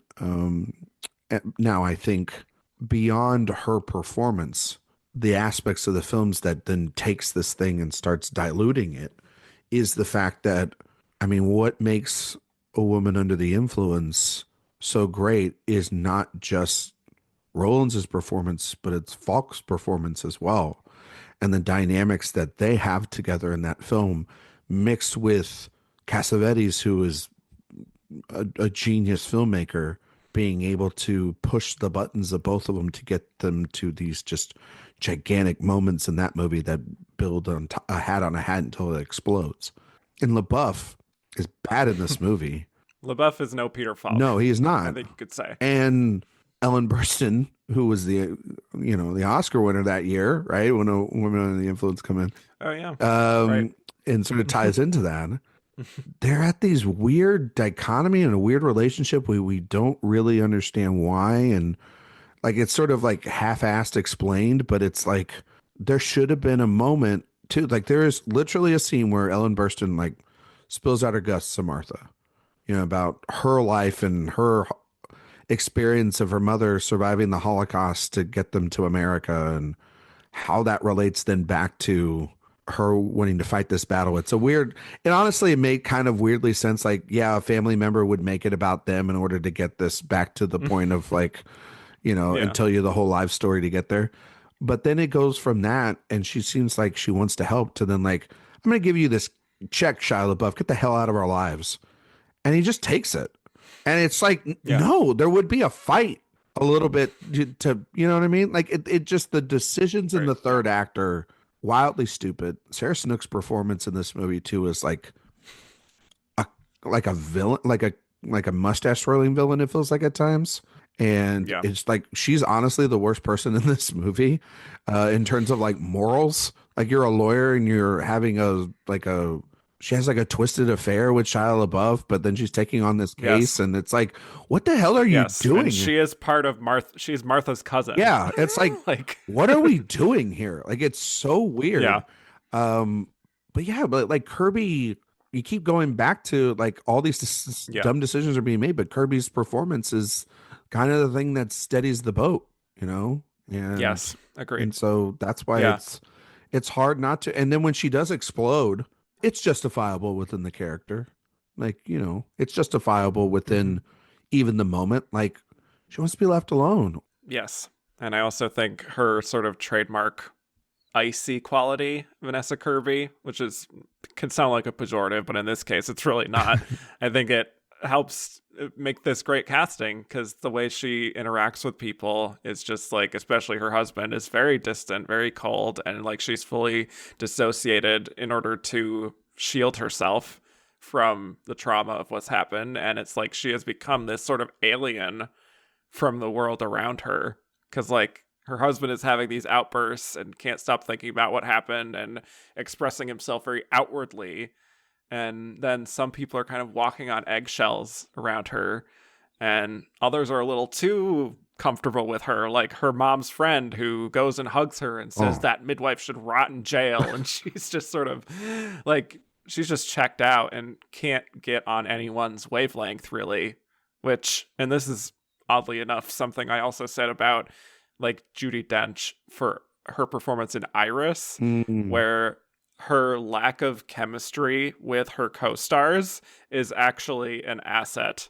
because it is showing how drawn within herself she has become to the point that she just can't really connect to anyone anymore. No, I mean, she can't. And I understand the urgency of like Ellen Burstyn wanting to control the narrative, but we don't get enough time with her to see that dynamic. Also, like her sister's a bitch. like to her, like she's like, "Yeah, grow up," and you're like, "What are you Right. talking about? Like her daughter just died."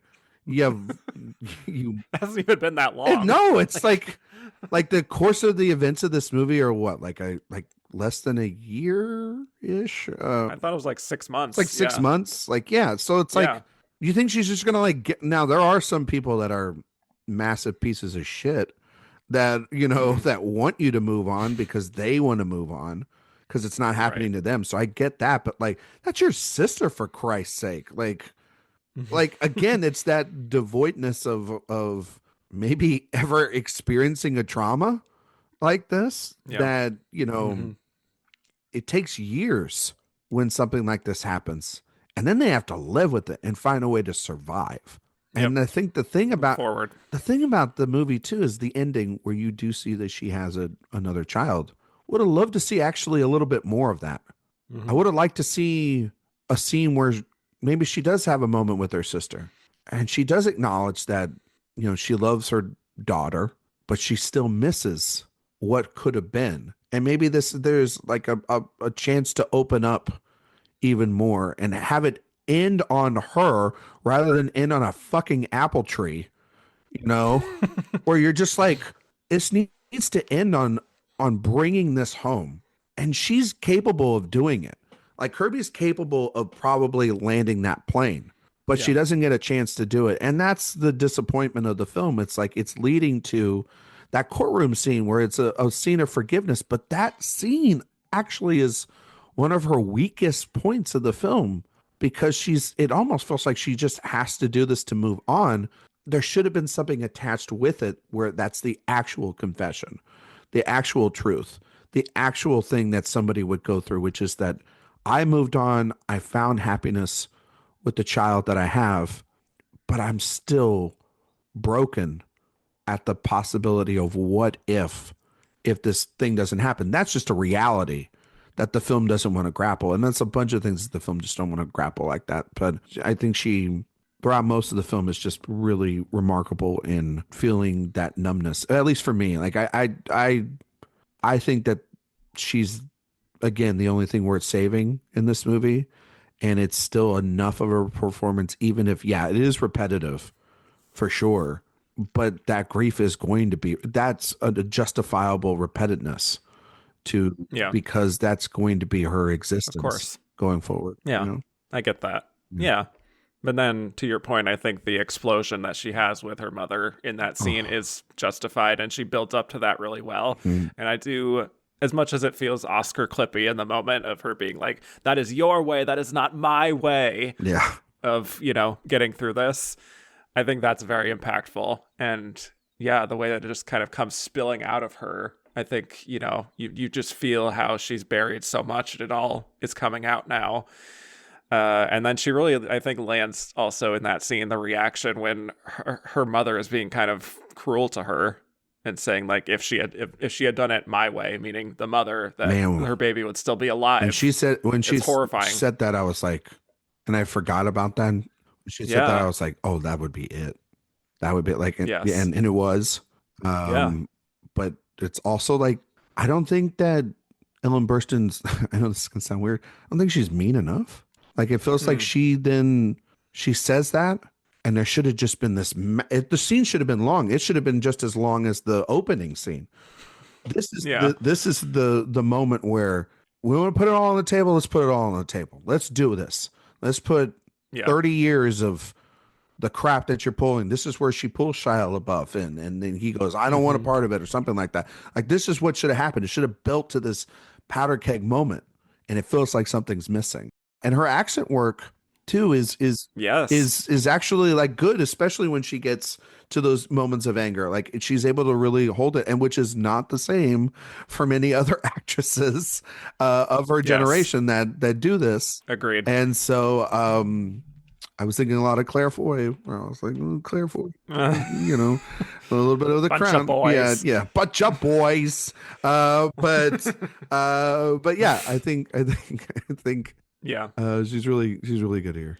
Yeah, I wanted to mention that too. The accent work is pretty flawless, and that, to your point, like when actors do go louder and more, expressive in that way. Sometimes you start to hear the accent slip it in there a little bit, and I don't really feel that from her. Nope. So that's a credit to her. But yeah, great Vanessa performance. Would love to see her back with another nomination at some point. I would too. I think she's capable of that. Oh, very much so. Very much so. In the Felicity Jones manner, I suppose. Oh, you think like she could have done like Felicity Jones in like The Brutalist?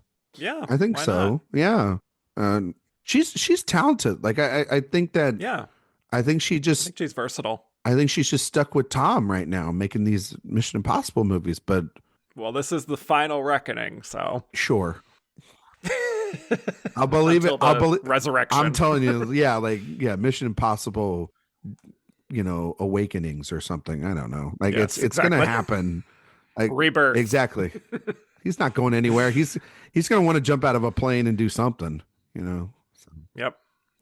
So on that note, let's move on to our final losing nominee. Much to discuss here. Carey Mulligan in Promising Young Woman. Here we go. So Carey Mulligan gets her long overdue second Oscar nomination here, 11 years after her big splashy breakthrough with An Education. So after An Education, she became a highly sought after actress, taking on more daring films like Shame and Drive and, Inside Llewyn Davis, alongside the more classic British fare like Far From the Madding Crowd and Suffragette. Plus, she played Daisy in Baz Luhrmann's The Great Gatsby. So she was pretty versatile, with further roles in films like Mudbound and Wildlife. She also got her first Tony nomination for Skylight in 2015. And then she took arguably one of the bigger risks of her career here with Promising Young Woman, which is a dark comedy, drama, thriller, many different genres from Emerald Fennell, making her feature directorial debut here. And Carey was fully on board with the vision that Emerald presented to her and drawn to how challenging this would be for her. So Promising Young Woman is about a troubled young woman named Cassie, played by Carey, who goes out to bars pretending to be wasted in order to trick guys into taking them to bed and taking advantage of her, only to turn the tables on them and scare them into never wanting to do that again. So as we learn, part of the reason for this is because her best friend Nina was raped in college, and the administration swept it under the rug, and Nina ended up presumably killing herself from the pain of that experience. And it fundamentally had an impact on Cassie's life. So when she has a chance encounter with one of her former classmates, Ryan, played by Bo Burnham, she develops a relatively healthy relationship with him, but when he also mentions that Nina's rapist is getting married soon, it spurs Cassie to get revenge once and for all for Nina by targeting everyone who is responsible for what happened, from classmates to the dean of students. So let's get right into it, back into the discourse. This is a film that I think of all these has definitely inspired the most passionate discussion and debate by a mile, I would say.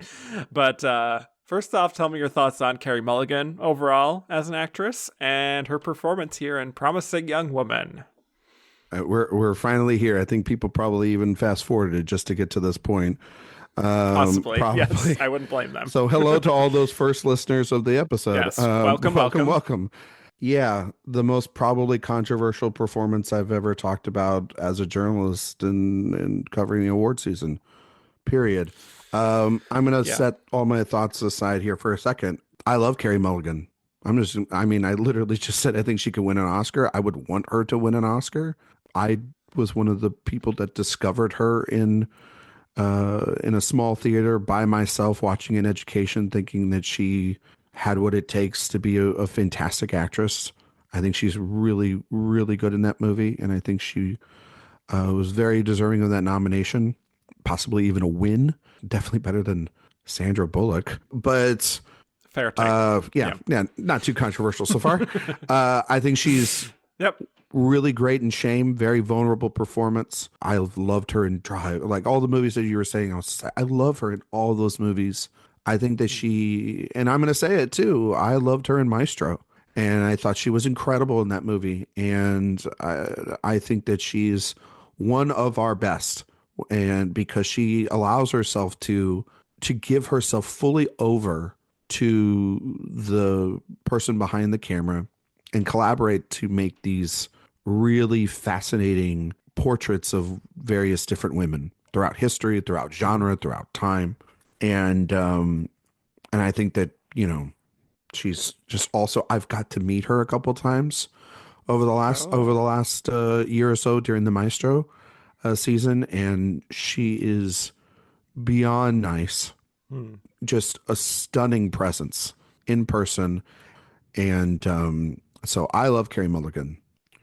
So let's talk about Promising Young Woman, Mm-hmm. because and I want to let's talk about a little bit before Promising Young Woman, the relationship maybe with the film. Kevin's brought me on here for this season because I think we talked a lot about this movie during that season, Yes. and I've never received more again vitriol from people than I did for thinking that she was not going to win this Oscar, which we'll talk about that here in a little bit. And it was very nasty. And I think a lot of that Yeah. had to do with we were inside and people were obsessive over this thing. I think also the movie invites it because of Yeah. the subject matter and because how out there and controversial it is. But I do want to say I feel extremely vindicated because at the time I was sort of in the middle on this movie, and I am still in the Mm-hmm. middle on this movie. It was sadly one of the ones that didn't change. And I kind of Okay. wanted to, Yeah. because I loved Saltburn. And it Mm. was funny to see how in a couple of seasons, how everyone's darling in Emerald Fennell became a villain and then became public enemy number one when she announced that she's making Wuthering Heights with Margot Robbie. So, and Jacob Elordi. So it is Yep. funny how time in 5 years can really just take someone, and online personas can morph into just the showing those nasty qualities that they had before, but for something now that they don't like, which, whatever. Yeah. Very fickle. Very fickle and very unloyal too, and unfair to her. She's a very nice Yeah. person too.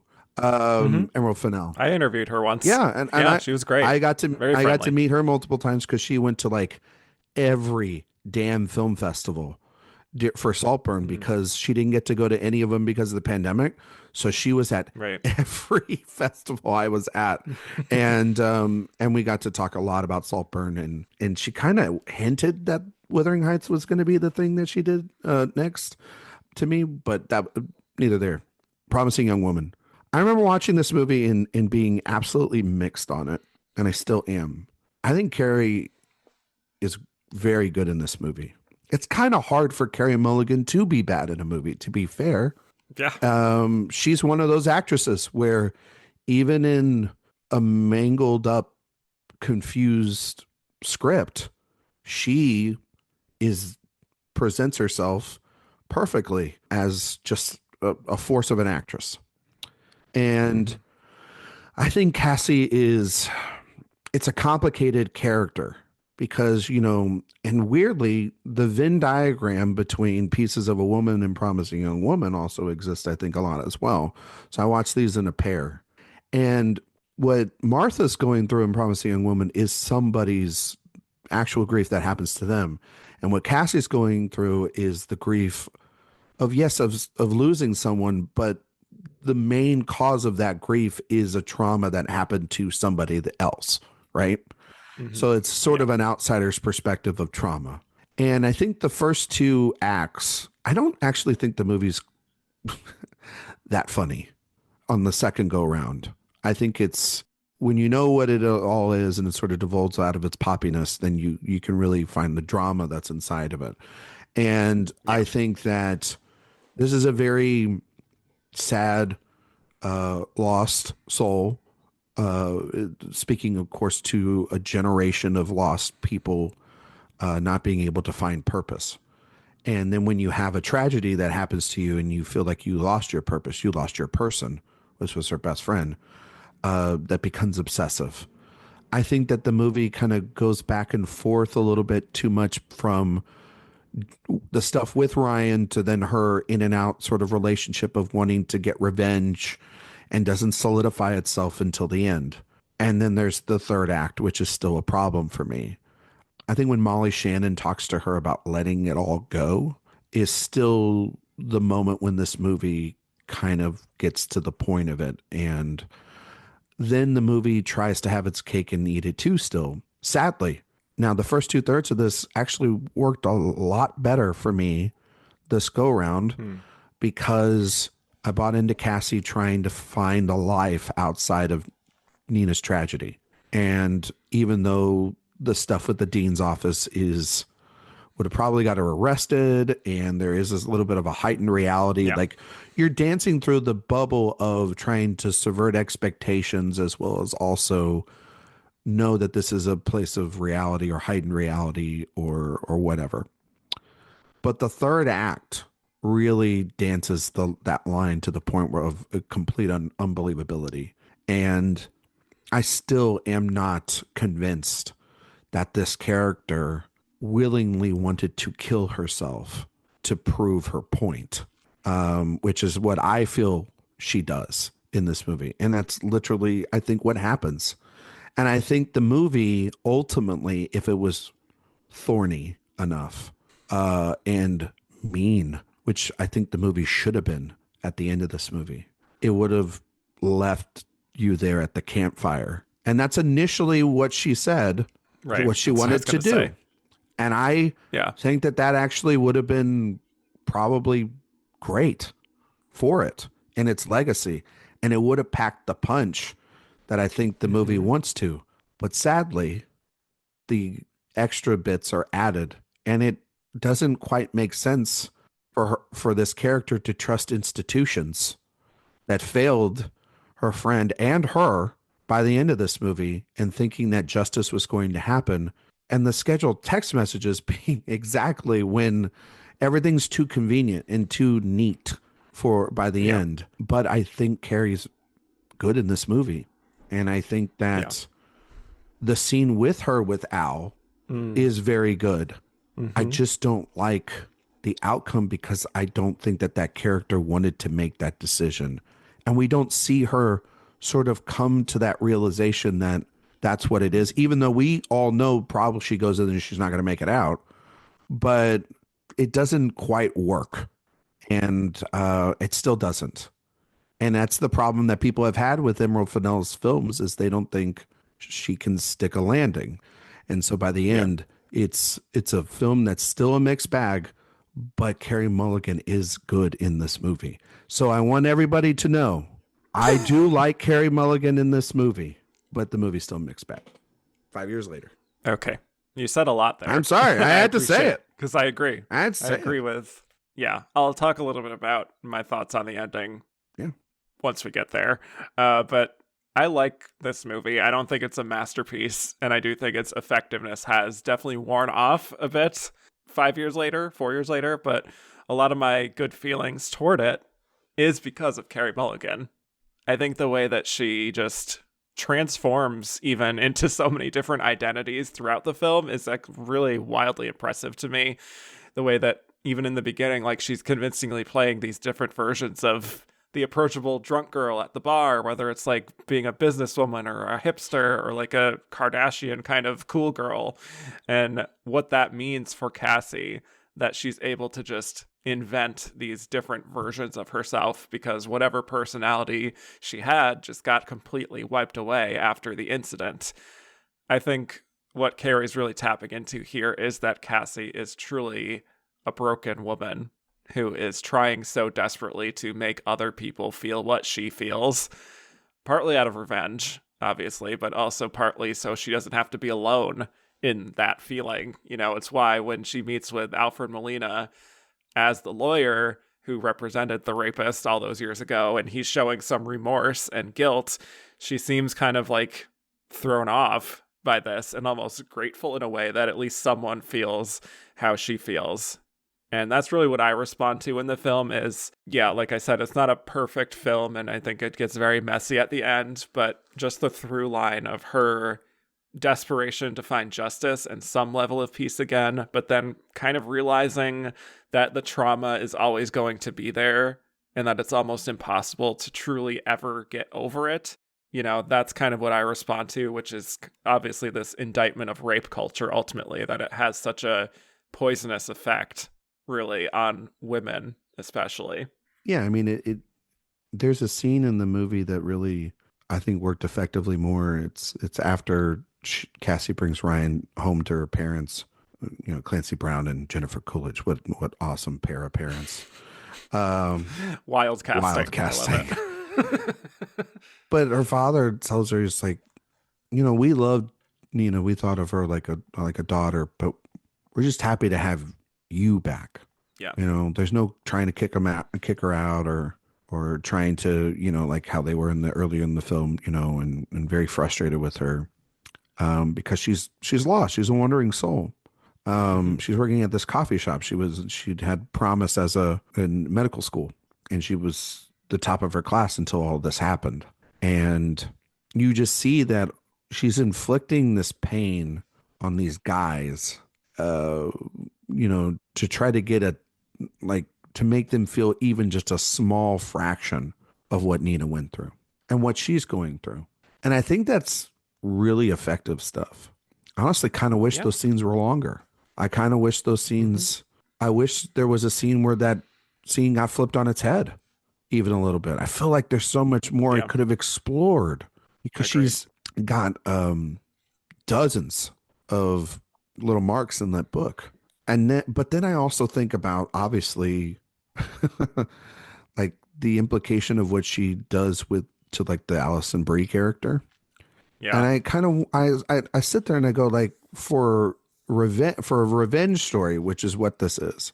Yeah. Revenge is messy, and it takes you down to the lowest common denominator. But at the same time, Kevin, there's no self-reflection that what she's doing in order to get this revenge is no different, or maybe not dissimilar to what happened to Nina, which is she's inflicting pain on all these people. Like, the idea of taking a person's daughter, an innocent person in all this, and and making their mother feel like they've just lost like everything, even though that's exactly what she wants her to feel.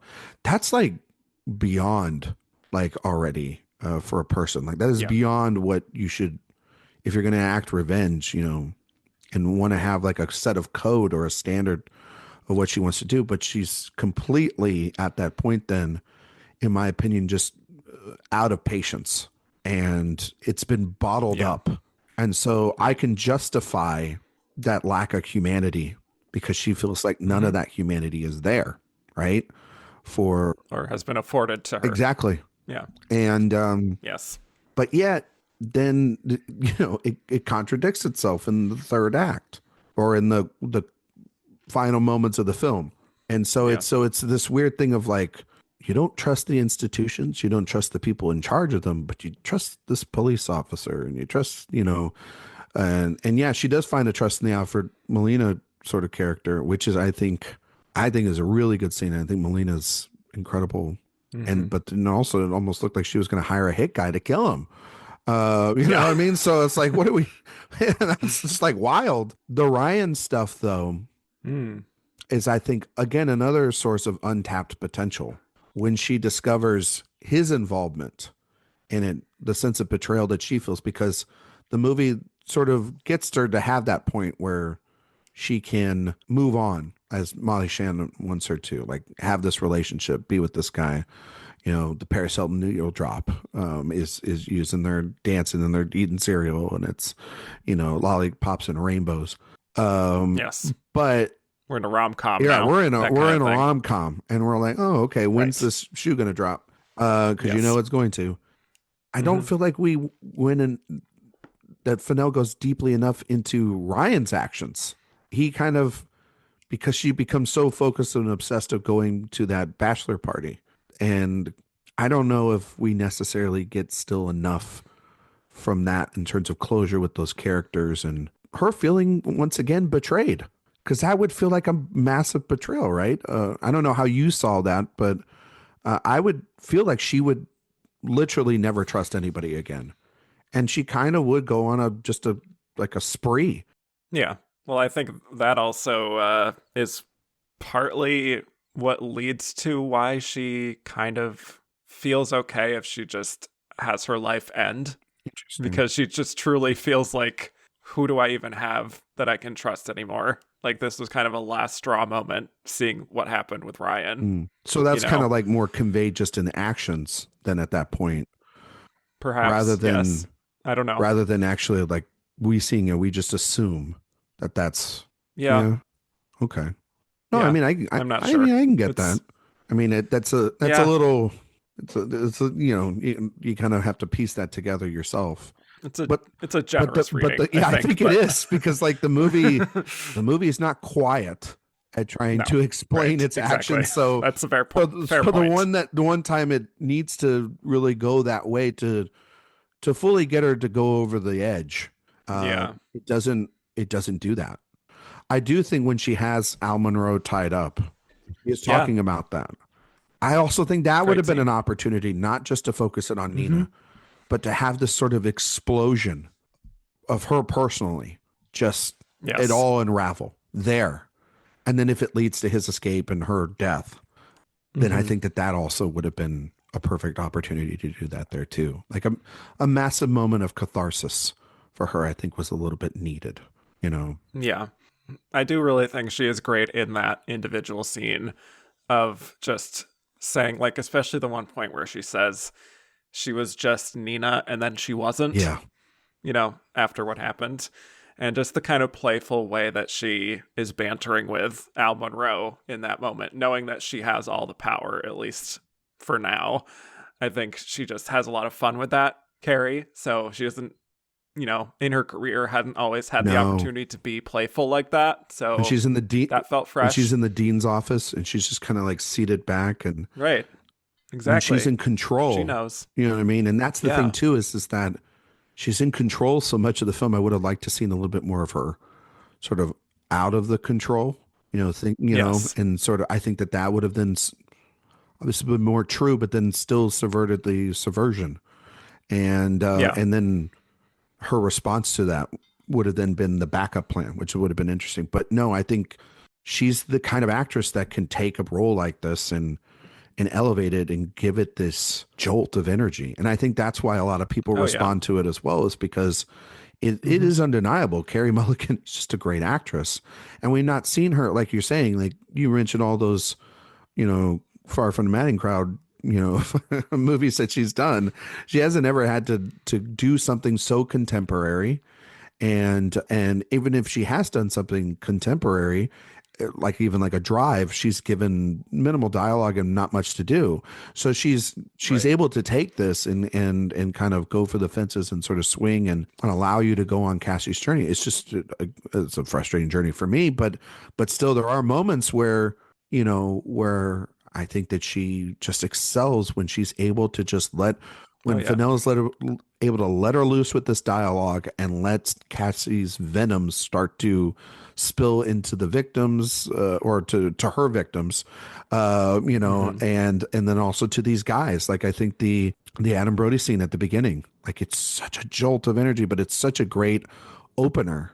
Yeah. Especially when she's like, I said, what are you Yes, doing? and you're just like, whoa. Um, but I Yes. do think she's also really great with Bo Burnham, and that's, I think that you know, I think Burnham and her have this really great chemistry, and they have like, and they're going back and forth, and so when the betrayal does happen, it does hurt. Like, there's no question Oh, about it. yeah. It is a very Mm-hmm. hurtful thing. It just, You feel her pain. no, I do, because it's Mm-hmm. to Yeah. allow yourself to open up to someone, and Burnham plays it really convincingly, but then he just becomes Oh, no yeah. different than anyone else, which is, I guess, then the point. But Mm-hmm. you don't see him involved in, from the video, it sounds like he's not involved in it. He stumbles into this, and Mm-hmm. but he doesn't report it, and that's the problem, is that he hid from it. And so, again, it just, there's a little bit of nuance there with that character that we could have had a little bit of. I wish she had a scene like with Al. I wish she had like this. She turns the tables, right, and shows Ryan, because the video shows who Ryan really is to her. Let's have a Mm-hmm. scene where she really shows Ryan who she is, because she's been kind of lying about that to him. There's the where where she's picked up by Sam Richardson, I believe, and she's going back to and he catches her, and that's still such a messy scene to me too, because it's like just kind of swept under the rug. And I'm like, no, we kind of need to explore that too. Like, why are you doing this? And I think a confession like that, like an honest like confession about Nina or confession about some of the stuff would have even made the blow even hurt more. So there's just some things that they could have probably explored better. Yeah, I would say so. And in terms of the final message of the film, not to like give Emerald Fennell notes on her own screenplay, but like I feel like I have, so it's okay. Yes. Okay. Well, I think we could have just genuinely had a scene of her killing Al, or at least just carving something into him, and then following that up with this kind of expression from Cassie of feeling like, okay, I did this thing. This was my ultimate act of revenge. And then we just kind of sit with her and she kind of processes and she realizes that she still has that trauma ultimately. And that is never going to go away fully just because you do this one act. So I think that could have been a very powerful ending to me. Final statement. She also has the video. Yes. So she could have. She does. So that's your proof. Yeah. Crash the wedding. Play the video on a big screen. You know what I mean? Like, yeah, you know what I mean? Like, yeah, have a massive monologue where she just like destroys the wedding. You know what I mean? Yeah. And then like Al like chokes her or something, and then they have to like arrest him for, you know, whatever. There's just ways they could have done it better. But also, to be fair, the plan does all seem to come from an emotional state. So I can understand the justification of both sides where this is an emotional decision rather than what Cassie has seemed to be doing, which is a rational yet still emotional decision. Mm-hmm. But I don't buy that this character who has been extremely sound and precise in her decision making then decides to just want to decide that without maybe a long letter or some sort of justification at the end. This at times feels like a great second to last draft of a screenplay, but its ideas are very interesting, and there is a good movie. Yeah. There's a great movie inside of this for me. Yeah, I think I like the movie more than you do. That's okay. But I think I know maybe I sound like a. Does it sound like I'm nitpicking? I hope not. I think it's a pretty thorough analysis of some of the problems. And I agree it's not like a masterpiece. I think it is still a good movie with a very committed performance from Carey, who completely, for lack of a better word, carries the movie on her back, truly. Yeah. And so, yeah, I'm a big fan of this performance. Regardless of some of the quibbles I may have with the writing as well. Yeah, so for sure. Let's move on to our winner. Let's do it. Here we are. Let's do it. Frances McDormand in Nomadland, winning her third Oscar in this category, and she wins again that night as a producer when the film wins Best Picture, which makes her a 4-time Oscar winner. She is also now, at this point, only Katharine Hepburn has won more Best Actress Oscars than her. So the last time we talked about Frances was for her second win for 3 Billboards in 2017. In between those 2 wins, she just does some voice work for Isle of Dogs in 2018, and she's also a voice on Good Omens, the Amazon show, playing God, literally playing God. She is God. But in terms of... She really is. According to the Oscars, she is too. But in terms of live action roles, Nomadland is her direct follow-up to 3 Billboards. Wow. So this is like her Katharine Hepburn going from Guess Who's Coming to Dinner to The Lion in Winter in the 60s, just like back to back. So anyway, Nomadland is an adaptation of the nonfiction book of the same name by Jessica Bruder. So Frances bought the rights to the book in 2017, and she actually met with Chloe Zhao at the Independent Spirit Awards when Frances was being recognized for 3 Billboards, and got Chloe to sign on after she saw the writer and thought she would be a good fit for the material. So Nomadland tells the story of Fern, played by Frances, a woman in her 60s. She's a widow, and she decides after losing her job to pack up and become a nomad, living life on the road and sleeping in her van. And she meets many people along the way, with some actual real-life nomads playing themselves, and bonds with them, swaps stories with them. And most of the narrative for Fern involves trying to get over the death of her husband and just move forward. So, simple as that. Let's talk Frances here. Ryan, thoughts on Frances McDormand overall? I know you're a big fan of her, so for the audience, and her third Oscar-winning performance here. I love Frances. I don't think you can't not love Frances. Like, I think she's... I've seen a few people not love her well those people can go away, because Frances McDormand rules. And she, like, who doesn't want to hang out with Frances McDormand? Like, I have one of my favorite experiences this year, this is a true story, is I went and saw Megalopolis at the New York premiere during NYFF. And if you've ever seen that movie, you know how wild it is. And there's certain moments, like there is a ridiculous sex scene with Aubrey Plaza and Shia LaBeouf. And in the audience that night, my audience was Joel Cohen and Frances McDormand. And I just think about Frances and what she thought about that movie every now and then. And just like kind of my mind gets flung into space just thinking about what Frances thinks about Megalopolis.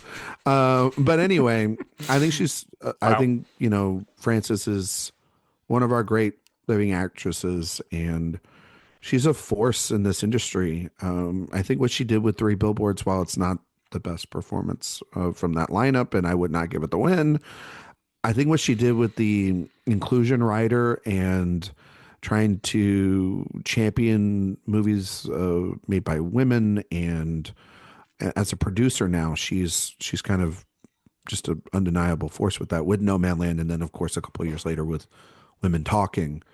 And I think that this is her going soup to nuts through this whole thing, from getting this book to find the perfect person to tackle this material, and Chloe Zhao, one of our great directors we have working today, to then getting immersed within the nomad culture. And, you know, maybe this is just my dumbass, you know, not really realizing that all these characters are named off of iterations of just themselves.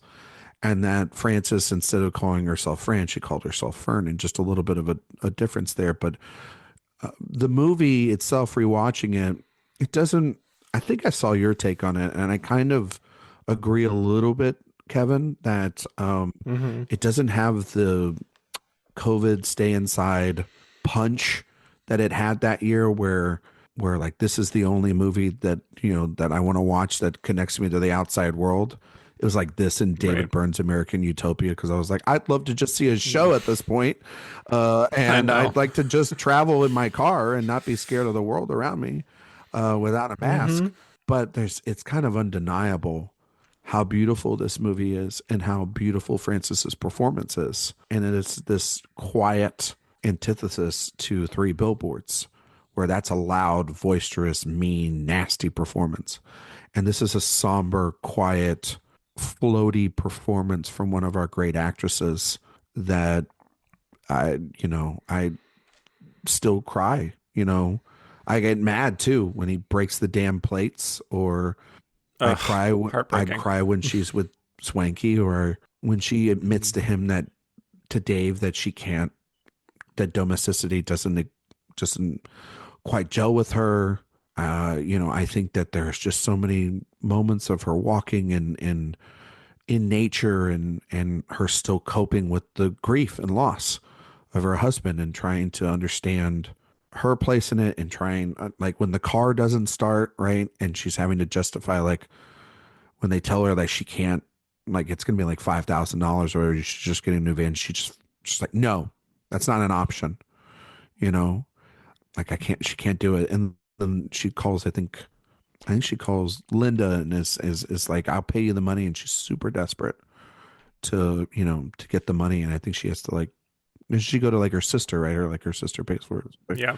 And all the strings that attaches to that. And just, you can see the pain there. And it weirdly has like similar scenes to Pieces of a Woman where it's like, where, you know what I mean? Like it kind of does, where Yeah. she's like, This is funny how much connective thread there is it between these really is like nominees. how she's grieving, but then like there's a scene where someone says something at a party that really pisses her off, and her, Mm-hmm. you know, and just like the Benny Safdie character and Pieces of a Woman. So uh, Right, right, I right. just think it's a beautiful performance, and yeah, Frances is just one of those, and she does anything, it's usually just really stellar work, and this is some of her best I think she's ever done. Yeah, definitely. This was very fascinating to revisit outside of the context of 2020 because it just feels so tied to the pandemic and those feelings of isolation and depression. And this really tapped into those feelings and kind of showed the possibility of a way forward, I think. And I still resonated with it, a lot of those feelings on this rewatch. And it is still relevant in a way for me because a lot of people are hurting right now for a lot of different reasons because the world is not in a great place. But it also didn't quite hit me as hard as it did back then. I still think it's a great movie and very moving as this demonstration of grief and connection. But I do sort of understand some people's complaints that it doesn't always give the fullest representation of how hard life can be on the road. And, you know, the whole thing about how it's kind of uncritical of Amazon, like, I sort of get that. That feels like nitpicking to me. But what really hasn't changed is my feelings on this Frances performance. I think this is one of her top tier performances in her career. And it's one where it didn't feel to me like she made this for awards or for even attention, even though that's what happened.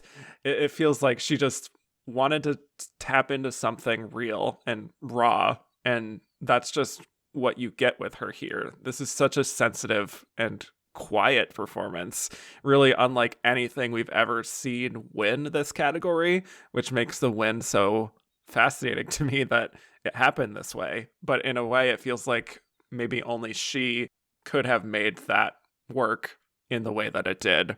And people still feel like, oh, you have 2 Oscars already? We'll give you another one.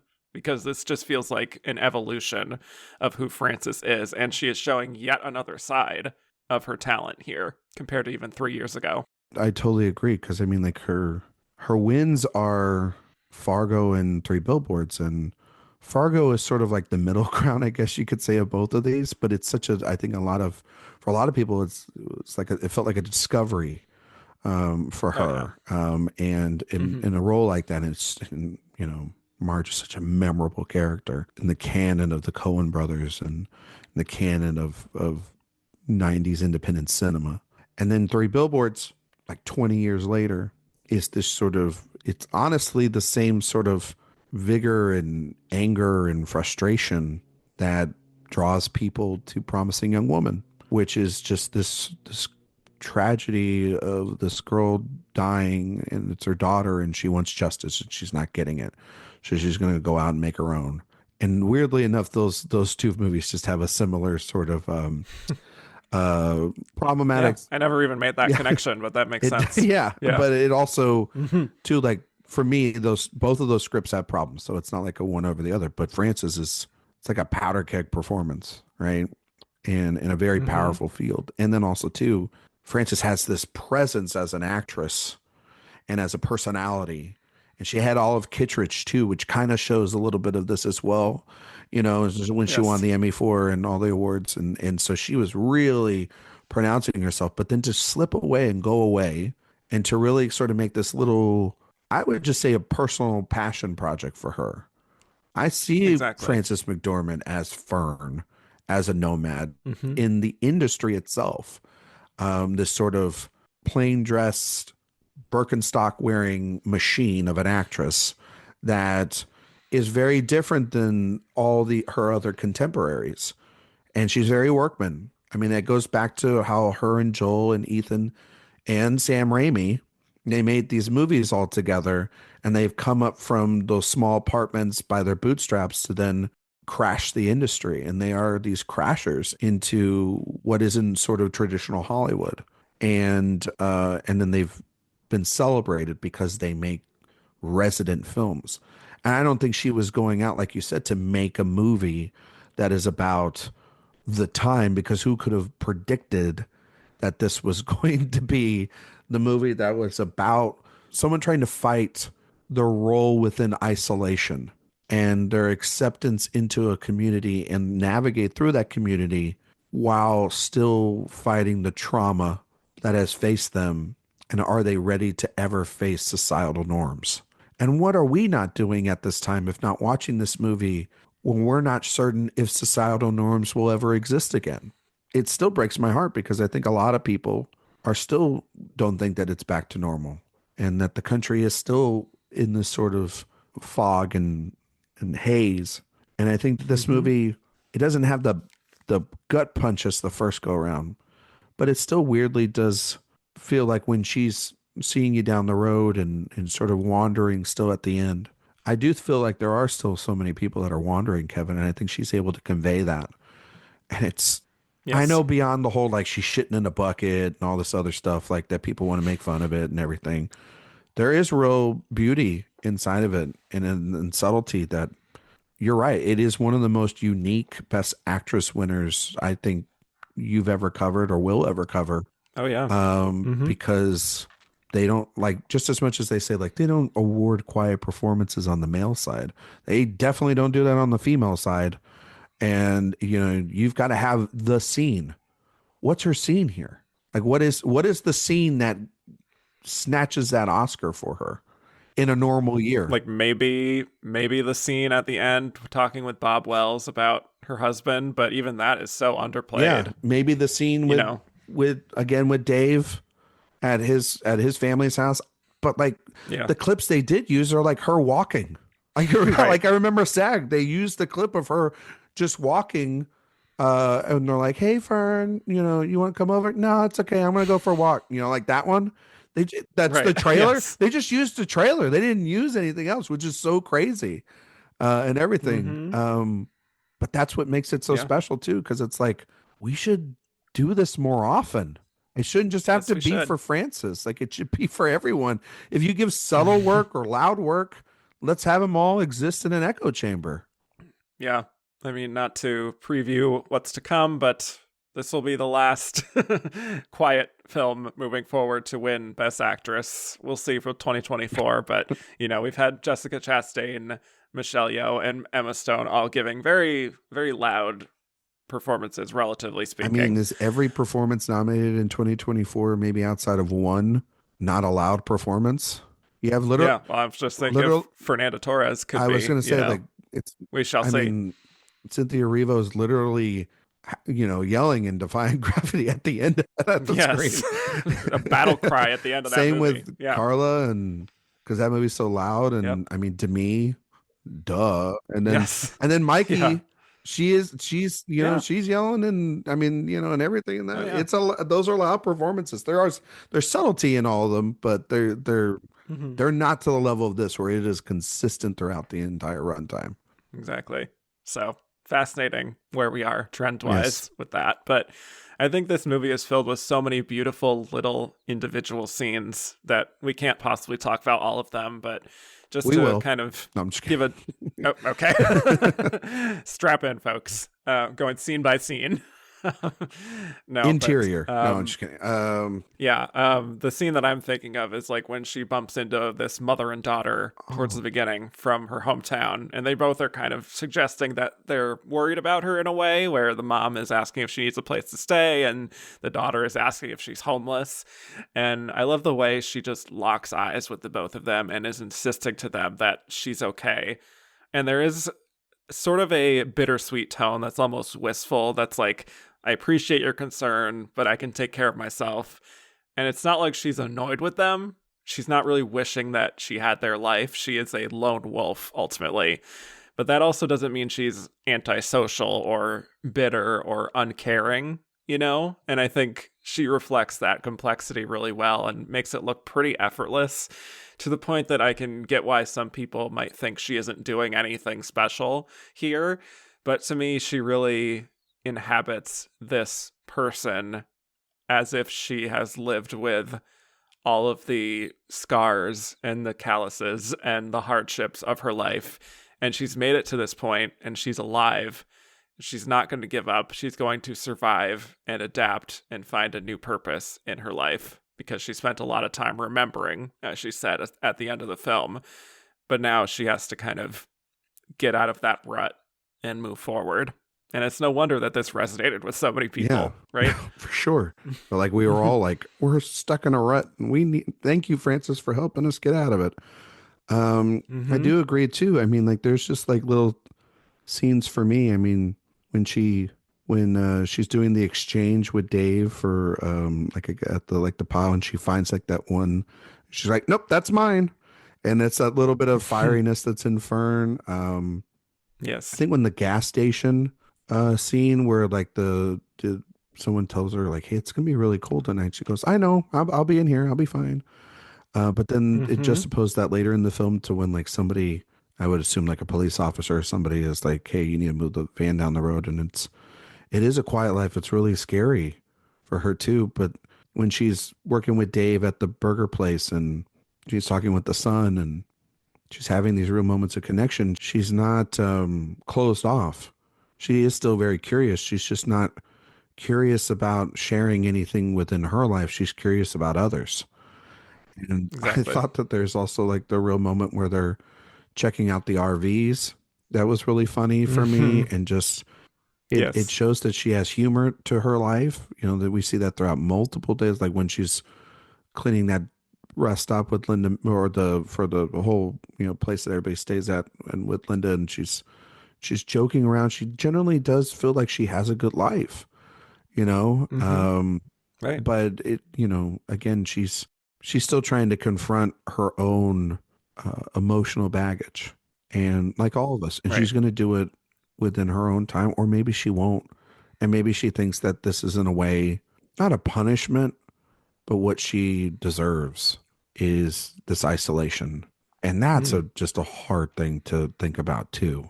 And I think it's all conveyed there in the script and in the story. Yeah. And I think that it's just remarkable work from Frances.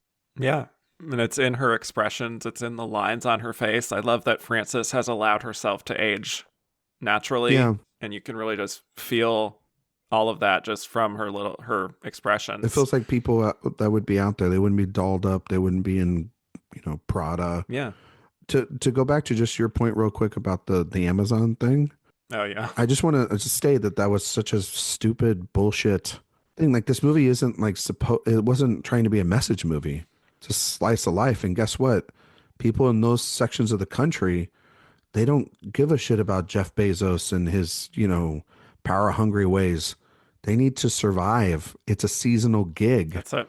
Like, it's no different than flipping the cheeseburgers, or, you know, flipping the lights on at the rest stop or whatever. Like, it's a seasonal gig to get their bills paid. And, you know, it's not about like, you know, this isn't Silkwood.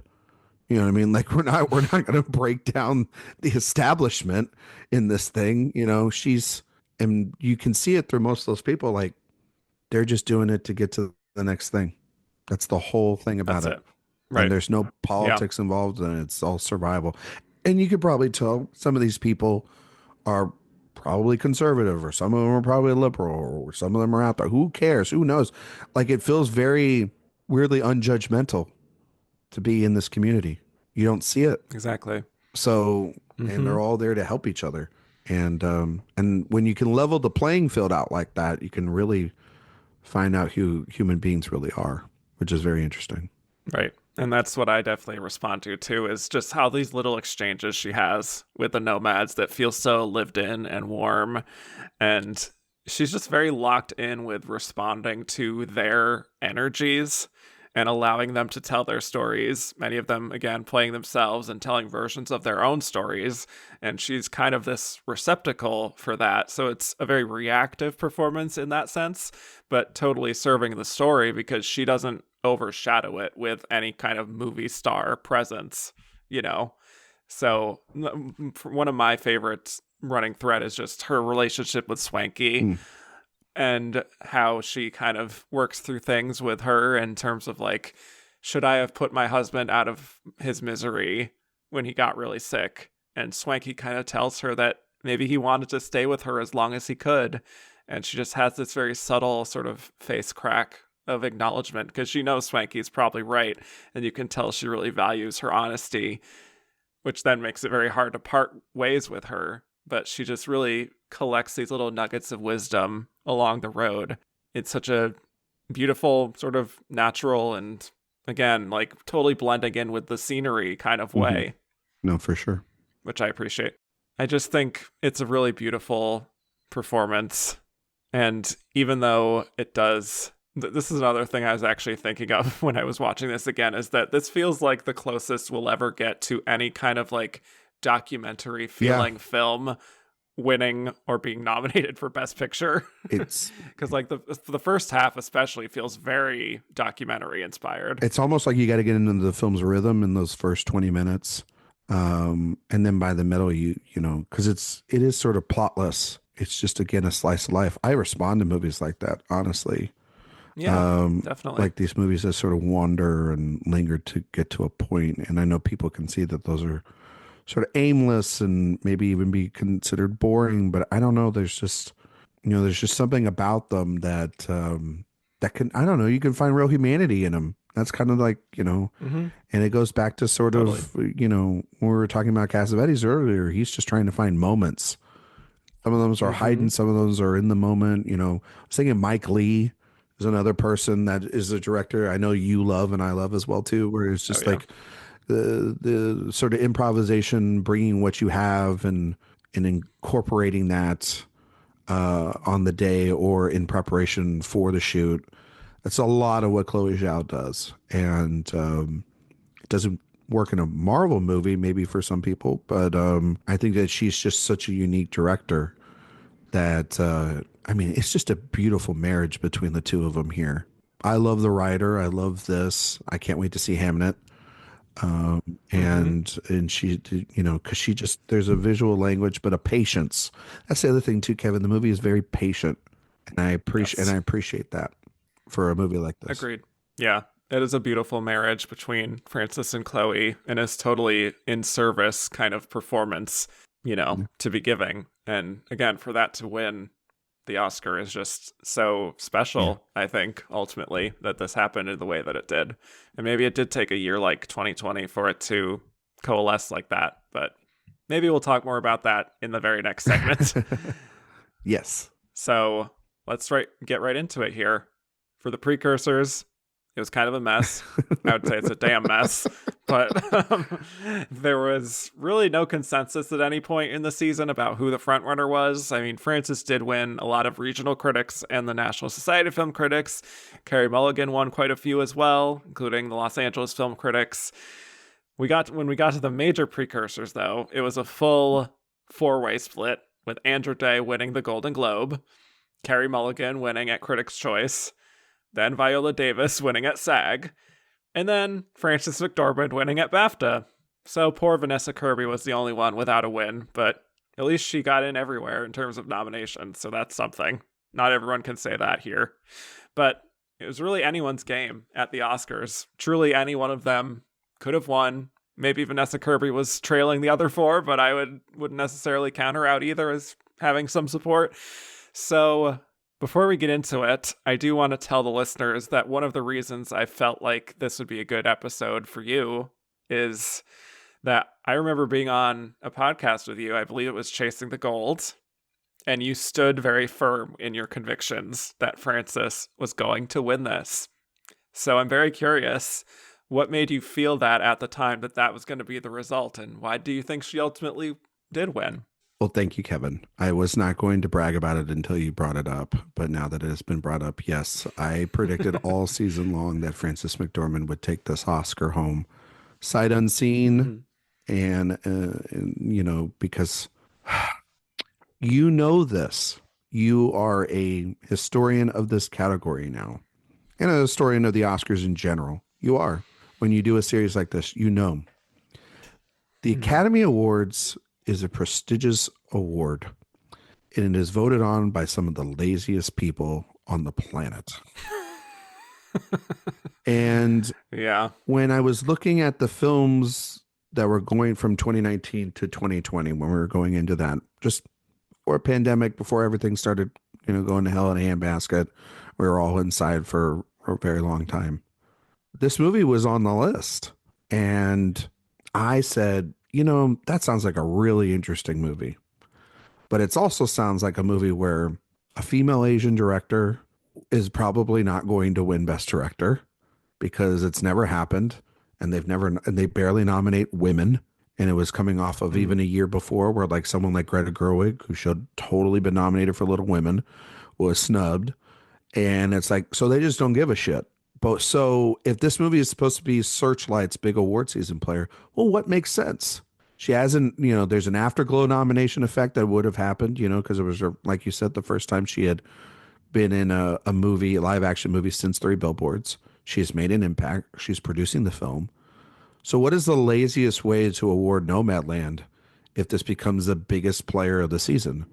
Well, the laziest way to do that is to give Frances McDormand an Oscar for a movie that could also go to, we could have history, right? First Asian female director, second female director only ever to win an Oscar. And nah, that's not going to happen because they're lazy, right? And it would take a massive thing in order for that to happen. And then surely enough, it happened. And throughout the season, there was never another film that came close to the dominance of Nomadland in terms of winning Best Picture prizes. It won everything. A sweep of epic proportions to that point. And I said, well, if they love this movie and they're giving Chloe Zhao director, then my original thing just stands true that Frances will win this Oscar because it is the movie that they love the most. And in times of division that we've seen in the last 5 years, 6 years, 7 years, however, the movie that has the most support in terms of a Best Picture stance from a lazy academy that only watches the 8 to 9 to 10 films that are nominated for Best Picture at that point, it then ends up making those performances have a better chance of winning. This is the Glenn Close, Olivia Colman saga all over again. I'm not trying to bring that up again because I know how painful that was for you. It's okay. But okay. I'm right. I'm right. And so that's why ultimately, while everybody was winning all these other precursors, I was like, it's Frances. They can win all these things. That's fine. There's no consensus. That was the other thing. There was not a consensus around. Like Andra Day won the Globe, which people, based off of history, want to go and say that she was a front runner. She missed SAG and BAFTA. She was never going to be a front runner. You know what I mean? She was never going to win that category. It's going to be very hard to justify that maybe this year with Fernanda Torres because there seems to be a massive amount of push for that. But if Fernanda Torres doesn't win, it's because she wasn't nominated at SAG and BAFTA. And it was a one-time performance. And it was the only nomination. Oh, no, she had a song nomination for Billie Holiday, too, if I'm not mistaken, right? And so, not the Oscars. Well, it was in play, but it was like she was the only thing up for it, which is very rare. Like these single nominees, like her and Vanessa Kirby were single nominees. So that wasn't going to happen. That's like saying, oh, Vanessa Kirby is a front runner because she's made all the precursors. So I didn't see that happening. And I really just thought it was down to, I always thought it was down to Viola and Frances. And I didn't think Carey Mulligan was a real thing because I thought that was an internet thing. And it won the equivalent of that of the major televised events. It won the internet one. It won the Critics' Choice, which I was not a member of at the time. I am a member of the Critics' Choice now. And I can tell you this, that felt like a very reactionary win to the fact that she didn't win at Globes. And the other thing about Andra Day that nobody wants to talk about is that she won that Globe in the midst of the Globes having their own crisis. And it feels like if there wasn't this gigantic racial problem that the trades and everybody was pointing out, that performance dropped right in their lap. And the old Globes used to give the latest, newest thing the the globe. Like, look at television. Mozart in the Jungle is a perfect example of this stuff, where you're just like, what the hell? How the hell did that thing win? So it made total sense that like a movie they saw 5 seconds before they voted won, and for optics. And I'm not saying like, it's not nothing to do with Andra Day's performance. It's just how slimy of an organization they want to feel, because they do that stuff. I mean, why doesn't Lily Gladstone win hers, but Michelle Yeoh does? It does feel a little like they patted themselves on the back because they gave it to a diverse winner, and they don't have to do that anymore. Like, they do this all the time. I know those are sad realities, but it's the truth. Why can't two black women be nominated in a category for Best Actress every year, or be considered every year like this year? Why does that not happen? Because they're lazy and they're ignorant at times. So, and then Frances' performance is just a damn good performance too. So there's that as well. So it's merit and process of elimination. And laziness. Yeah. Yeah. I think for me, what it comes down to is, like, if Frances hadn't won 3 years earlier, I feel like I would have been right there with you and confident predicting her to win for this. That was literally my only hang up with Frances. It's just the recency and the fact that she had two already. And I totally get that. Yeah. And that made me feel like voters might look at the other options here. But then I had to remind myself, voters don't think as hard about this as I do, or as we do. No. And they will just vote with their hearts, and regardless of history. And Frances's performance just connected with them the most, and it felt like the most directly emotional performance, I think, for a widespread Academy to appreciate. And yeah, like we were kind of saying, I don't think they thought too hard about this category, and may not have even watched some of these movies, but they did watch the film that was the front runner for Best Picture, and everyone loves Frances, so they kind of just were like, yeah, we'll give her another one. I don't think this was a runaway per se. I wouldn't be surprised if the results were like, 21% for Frances and like 20% for Viola and Andra and Carey, and like, I don't know, 16, 17 for Vanessa. Like, they all kind of had cases to be made. Carey was in a film that was winning screenplay and the only other Best Picture nominee here, and playing against type, and Viola was transforming and very well respected. Andra is this great discovery and doing the kind of thing that won Oscars for people like Marion Cotillard or Renee Zellweger. And Vanessa, maybe not as much, but still a very compelling, dramatic performance. So it's not like most of the others here couldn't easily have had a narrative. Mm-hmm. And even though I love this performance from Frances, just thinking about the other four, not that this is how they should vote or what it should be about, but I think it probably would have meant a little more for the other nominees if they had won than Frances, who was already winning another Oscar for Best Picture anyway. And her speech, she seems like, cool, this is great, didn't really have a lot to say, especially right, especially compared to her 3 Billboards speech, was this big galvanizing moment. I think some of that might have been the weird order of Best Picture and then Best Actress. I think she would. I think she was also pissed that Chloe Zhao's moment was in the first hour of the telecast used as this like ridiculous, just like an afterthought. I think she was very miffed that night, and then she had to win, and I don't think she was very think she was very happy. You can tell. Yeah. Like it wasn't a big speech. I don't know if you watched it ahead of this, but I'm sure you did. I did. She does looked a little like, you gotta be fucking kidding me. Like she's got like her eyes are like, she looked mad a little bit going up there. Not like that she won, just the way the events of the night folded. It was and I don't blame her. It was a stupid night. Like, it was a very stupid. It's probably the worst telecast of my lifetime, easily, just because of the baffling decisions that they made. Yeah, truly, just wild.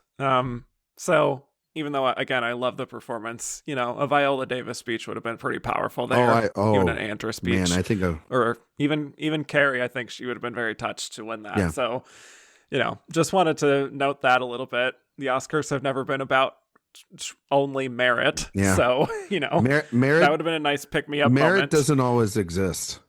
I mean, like, this, you've covered 93 years of this. It's very rare your favorite performance wins the Oscar. It's very rare our favorite films win Best Picture. You know, it's happened like a handful of times in my lifetime, let alone throughout the course of history. There's campaigning, there is narrative, there is passion, and that all that's all beyond what we see on the screen. And you can hate that or whatnot, but guess what? That's not what the Oscars are. That's a fantasy that doesn't exist. Yeah. You know, I think people need to get to a point of acceptance about that. It's like stages, get very, you know, like be like Martha, find your acceptance. Riled up. You know what I mean? Like, right? Yes.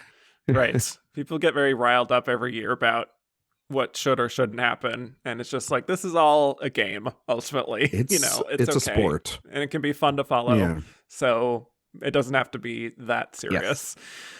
So anyway, having said that, happy that she won for this, especially because she, is doing such subtle, beautiful, understated work that rarely gets awarded at the Oscars. So I just love to see that happen. Me too. What can I say? Me too. Yeah. We'll explore a little more of that within these questions. Let's start with Cody Derricks, who said, this race was insane. Tell us who you predicted at the time and why. We already went over that, but yeah, like I said, I was predicting Viola Davis, basically because she won SAG. Yeah. And I remember thinking, this is someone who everyone in the industry loves, and she's made so many connections and is showing a different side to her. So I genuinely do think, though, if like this was a straight up Ma Rainey biopic and it was like halfway decent and had more screen time and focus, that she maybe would have won. And she like jumped out of her chair and almost like in the virtual SAG, yes. Like felt bad for Julius. He almost he almost got hit in the face. Like it was a lot. I know. It was a lot, but pretty great. Yeah. Eric Bruns, how high would this lineup rank for you all time? It's like somewhere in the middle. It's like all of them. Like it's not particularly high. It's not particularly low. I think it's probably like a little bit higher middle because of Frances's win, because it's unique. But in terms of like the overall films or just, the legacy of the performance, I think it's too early to tell where it would ultimately be, definitely. Right? Yeah. So. Yeah. I'd say upper middle tier, but definitely not anywhere near top 10 quite yet. Not at even least. Top 20. No. And I definitely wouldn't want to rewatch most of these films. So I don't know if that counts. We're going to do this again next week, actually. And oh, great. Yes. Trauma. Amar, is this one of the more underrated strong categories in terms of the quality of the performances in recent years? No, I think I would say this is properly rated. It's properly rated. I wouldn't call it underrated. I think last year's was better than this. 2023. I think 2022 is better than this. I think it's better than 2021. I think it's better than I think it's better than 19. Better than 2019. Yeah, that one sucks. Sure. So, but it's not 18 either. 18 and 17 are great years. Agreed. So, yep. It's not underrated. It's like you said, properly rated. Greg Adams and David both want to know, was this the most unpredictable lineup in terms of gauging the winner in your lifetime? Well, maybe you're not. Maybe I'm not the one to ask. Maybe for others, you had such certainty. I would say I was more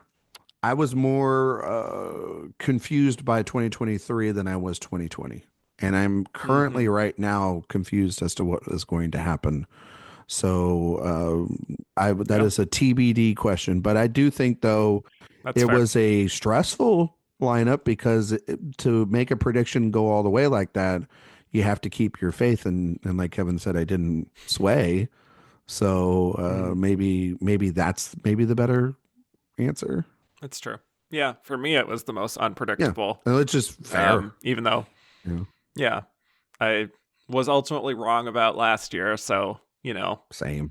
It is what it is. But yeah, for me, oddly enough, even though I was wrong, I felt more certain about 2023, even though it went the other way than I thought it would.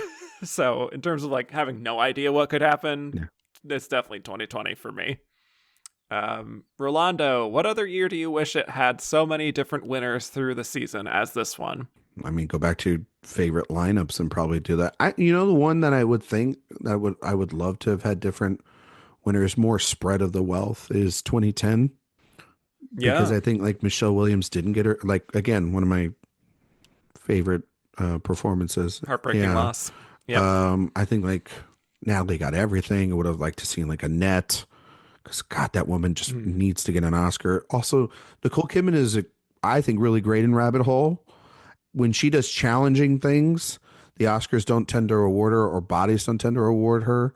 That's when she does like Being the Ricardos, is when she wins shit.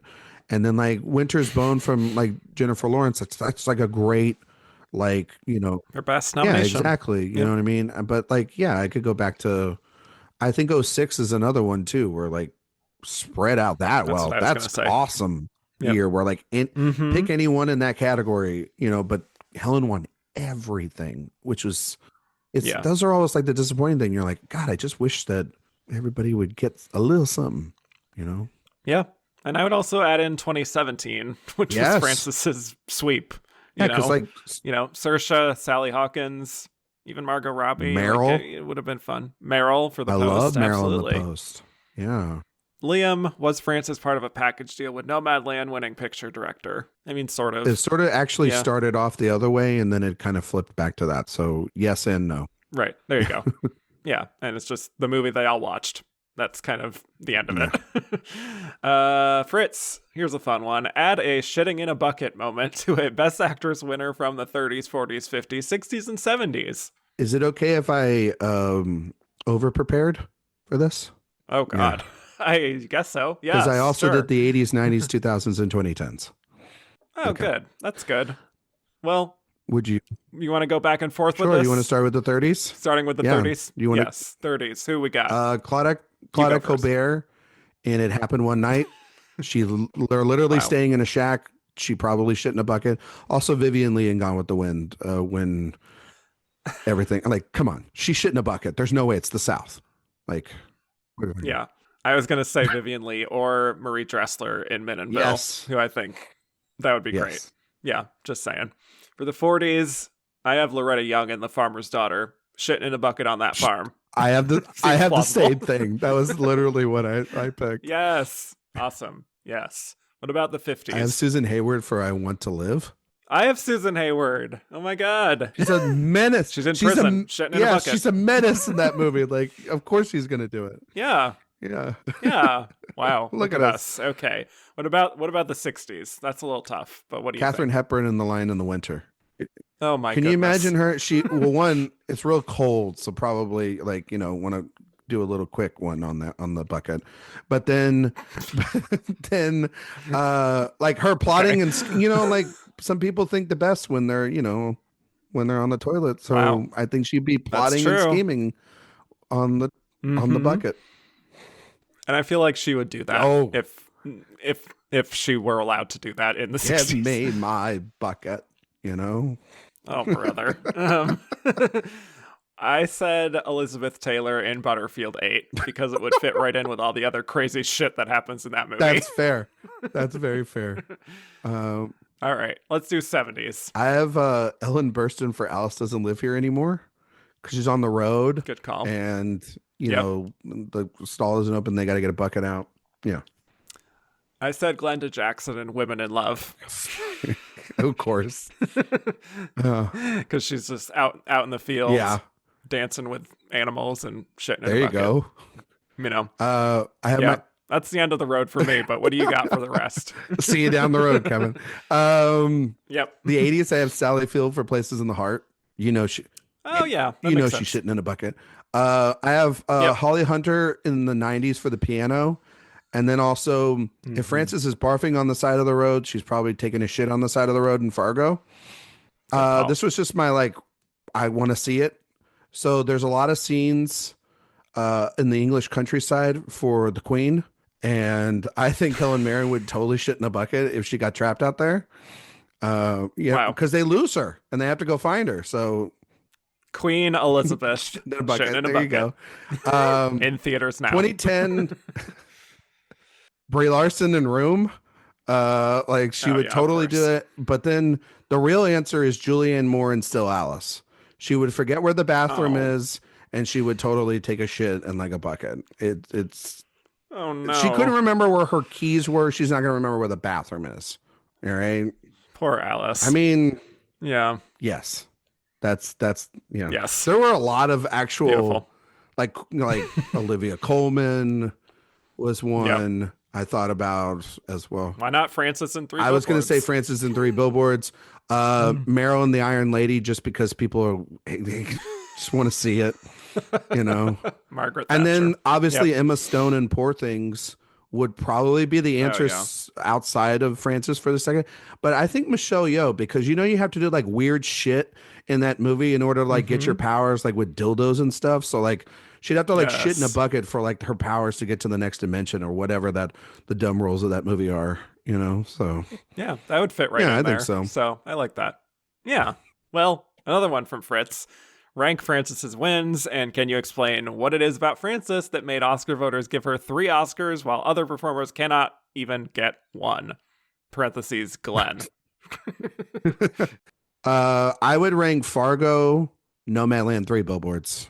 Same for me. And I think the reason why they gave it to Frances is because, and why they were willing to give her 3 was I do think that there has to do a little bit of like this being a personal project. I think that the pandemic helped a lot with that. I think we kind of talked about it enough already, but I just think also too, in times of uncertainty, people go with their favorites, and the Academy has done that over time.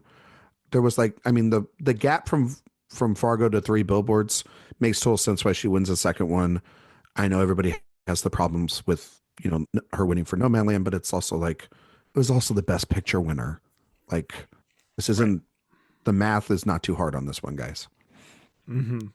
Yeah. And I also just think she is so unapologetically herself, and in an industry full of fakeness and insecurity, she is an aspirational figure. Ben Roberts, who do you think is most likely to win a 4th acting Oscar first, McDormand or Meryl Streep? It's acting. It doesn't have to be lead. Yes. Based off the question. I guess it could be lead. I mean, it's an acting one, so it doesn't have to be like, lead or... Meryl only has 2 leads, so they both have 3 Oscars. Yeah. Well, I mean... They're asking who will win a 4th acting Oscar. Well, it's tricky because like Frances doesn't want to like... isn't like signed up to do really anything right now, but Meryl's like in Martin Short Murders in the Building mode right now, and she almost feels like she's sort of semi-retired. I would say Frances. Just because... I think it's Frances too. But I think Meryl does have one more great one in her. And it's been so long since she's been nominated. I'm telling you, if she got nominated for something right now, she probably would win. So, yeah, but I'll go with Frances. Joni Mitchell biopic. Yeah, for real, right? Right. I mean, she loves to sing in movies. Oh, Lord, she Into does. the woods. Even if she doesn't need to sing. Right, exactly. Part of me does fear that the Meryl era is truly coming to an end. Not that she'll never be nominated again, but I just feel like we're in a new stage of Oscars for some reason, where it's just like the more daring and unexpected and risky kinds of performances are being recognized, and Meryl hasn't really done a lot of that type of thing lately. I know, it's so sad. But I'm sure she still has that in her. So sad, though. I love we'll Meryl. See. Sorry. I love Meryl. No, I love Meryl. Okay, well, I loved her first. Oh, well, there you go. Okay, Andrew Carden, do you think Frances McDormand will eventually tie or even break Katharine Hepburn's record for most Best Actress wins? And who among the living 2-time winners is likeliest to win a 3rd? Sally Field, Jane Fonda, Jodie Foster, Emma Stone, Meryl Streep, or Hilary Swank? To your first question, Andrew, I would say I don't think she will tie it. If she won another actress or another award, it would probably be supporting. Or she would win a producer prize again. I don't think she's going to win another Best Actress unless it's like, it's got to be something grand. Yeah, on Golden Pond. Yeah, it's got to, level. On Golden Bucket. If we're continuing There you go. Wow. There you go. Love it. Beautiful. Swanky's Revenge. No. I know. Not swanky. Not swanky. But I among the living 2-time winners, I know wisdom would say give it to Emma Stone since she's very young and she's got the momentum and everything. But I'm not gonna go with wisdom. I firmly believe Jodie Foster will win another Oscar, and I think she has an impeccable performance left inside of her that somebody will give her the attention to. And if you don't believe me, they gave her an award for the Mauritanium and for the newest season of True Detective without batting an eye. So, like, I think that is very likely to happen. They nominated her for sipping Diet Coke cans, or I'm sorry, crushing Diet Coke cans in Naiad. So I know that's right. yeah, exactly. And she's the best thing in that movie. So, like, Yes, she straight is. up, I think she could win a Best Actress prize. And people love Jodie Foster. You think people love Frances McDormand? They love Jodie Foster, and she's like such a mentor to so many of these young actresses. So yeah, totally see Jodie. We are so aligned on this. I Oh completely my agree. God, I Yes, love it. yeah, Jodie. Yeah, I was gonna say Emma makes the most sense on paper in terms of her youth, but I do think if she were to win a third, it won't be for a long time from now, like way 30 into her career. years. Yeah. Right, exactly. So right now, I'm definitely thinking Jodie. Like she just won those awards for True Detective. She got that comeback nom for Naiad. I think if she does something truly unexpected, or even not, honestly, as long as it's like really powerful, like up to her caliber, I think Hollywood would gladly award her a third Oscar. Yeah, Gladly. and like Sally and Jane, they're doing 80 for Brady right now. They're not making any Oscar Yeah. movies. Meryl's like again semi-retired, and Hilary Swank's making like direct-to-video sort of schlock. Christian movies. Exactly. Yes. So like So they're the only two yeah. that really stand a chance. Exactly. All right, Malice doesn't live here anymore. I know Viola Davis has been through enough already in prior years with allegations of category fraud, but is Ma Rainey a lead role to you? Despite being the titular role to me, it felt like the film cared far more about the bros in the band and gave Ma a great scene-stealing supporting role. To each their own. I think she can be in lead. Sure. Like, sure. It's a 90-minute movie. Like, what did you want? Like, you know, like it's kind of hard to, again, like, yeah, she's the titular role and it focuses a lot on the boys, but they're all talking about her. It's about also about the subject of the film and everything. And she steals the scenes she's in. So it's just such a commanding big presence before and after she shows up. So I think she is definitely not the lead. No, I think she's Chadwick not Boseman is the lead. Yeah. I think she's a co-lead, Yes. if anything. But I will say I don't think the film is quite enough about her for me to feel like definitely lead. I think if either way she went, I would have been like, I guess that sort of makes sense. But yeah, I'm fine with how things shook out. I'm not losing sleep over Viola Davis being in this category. This is not the one. No. Well, Joey Gentili and Gloria Swanson's illegitimate child, great username, both want to know if Viola had gone supporting, would she have won? No, they wouldn't have given her but I do think that. But Yunjin, I wonder if yes, incredible. I do think if she hadn't won for Fences, though, maybe she would have put up a bigger fight if she really wanted an Oscar and she's like, I'll take whatever category I'll go supporting if it's easier for me. Maybe.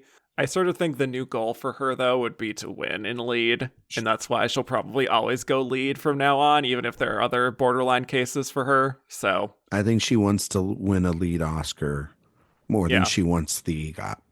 But she got the EGOT. So now she sets her eye on the ultimate prize. Exactly. I think so. All right.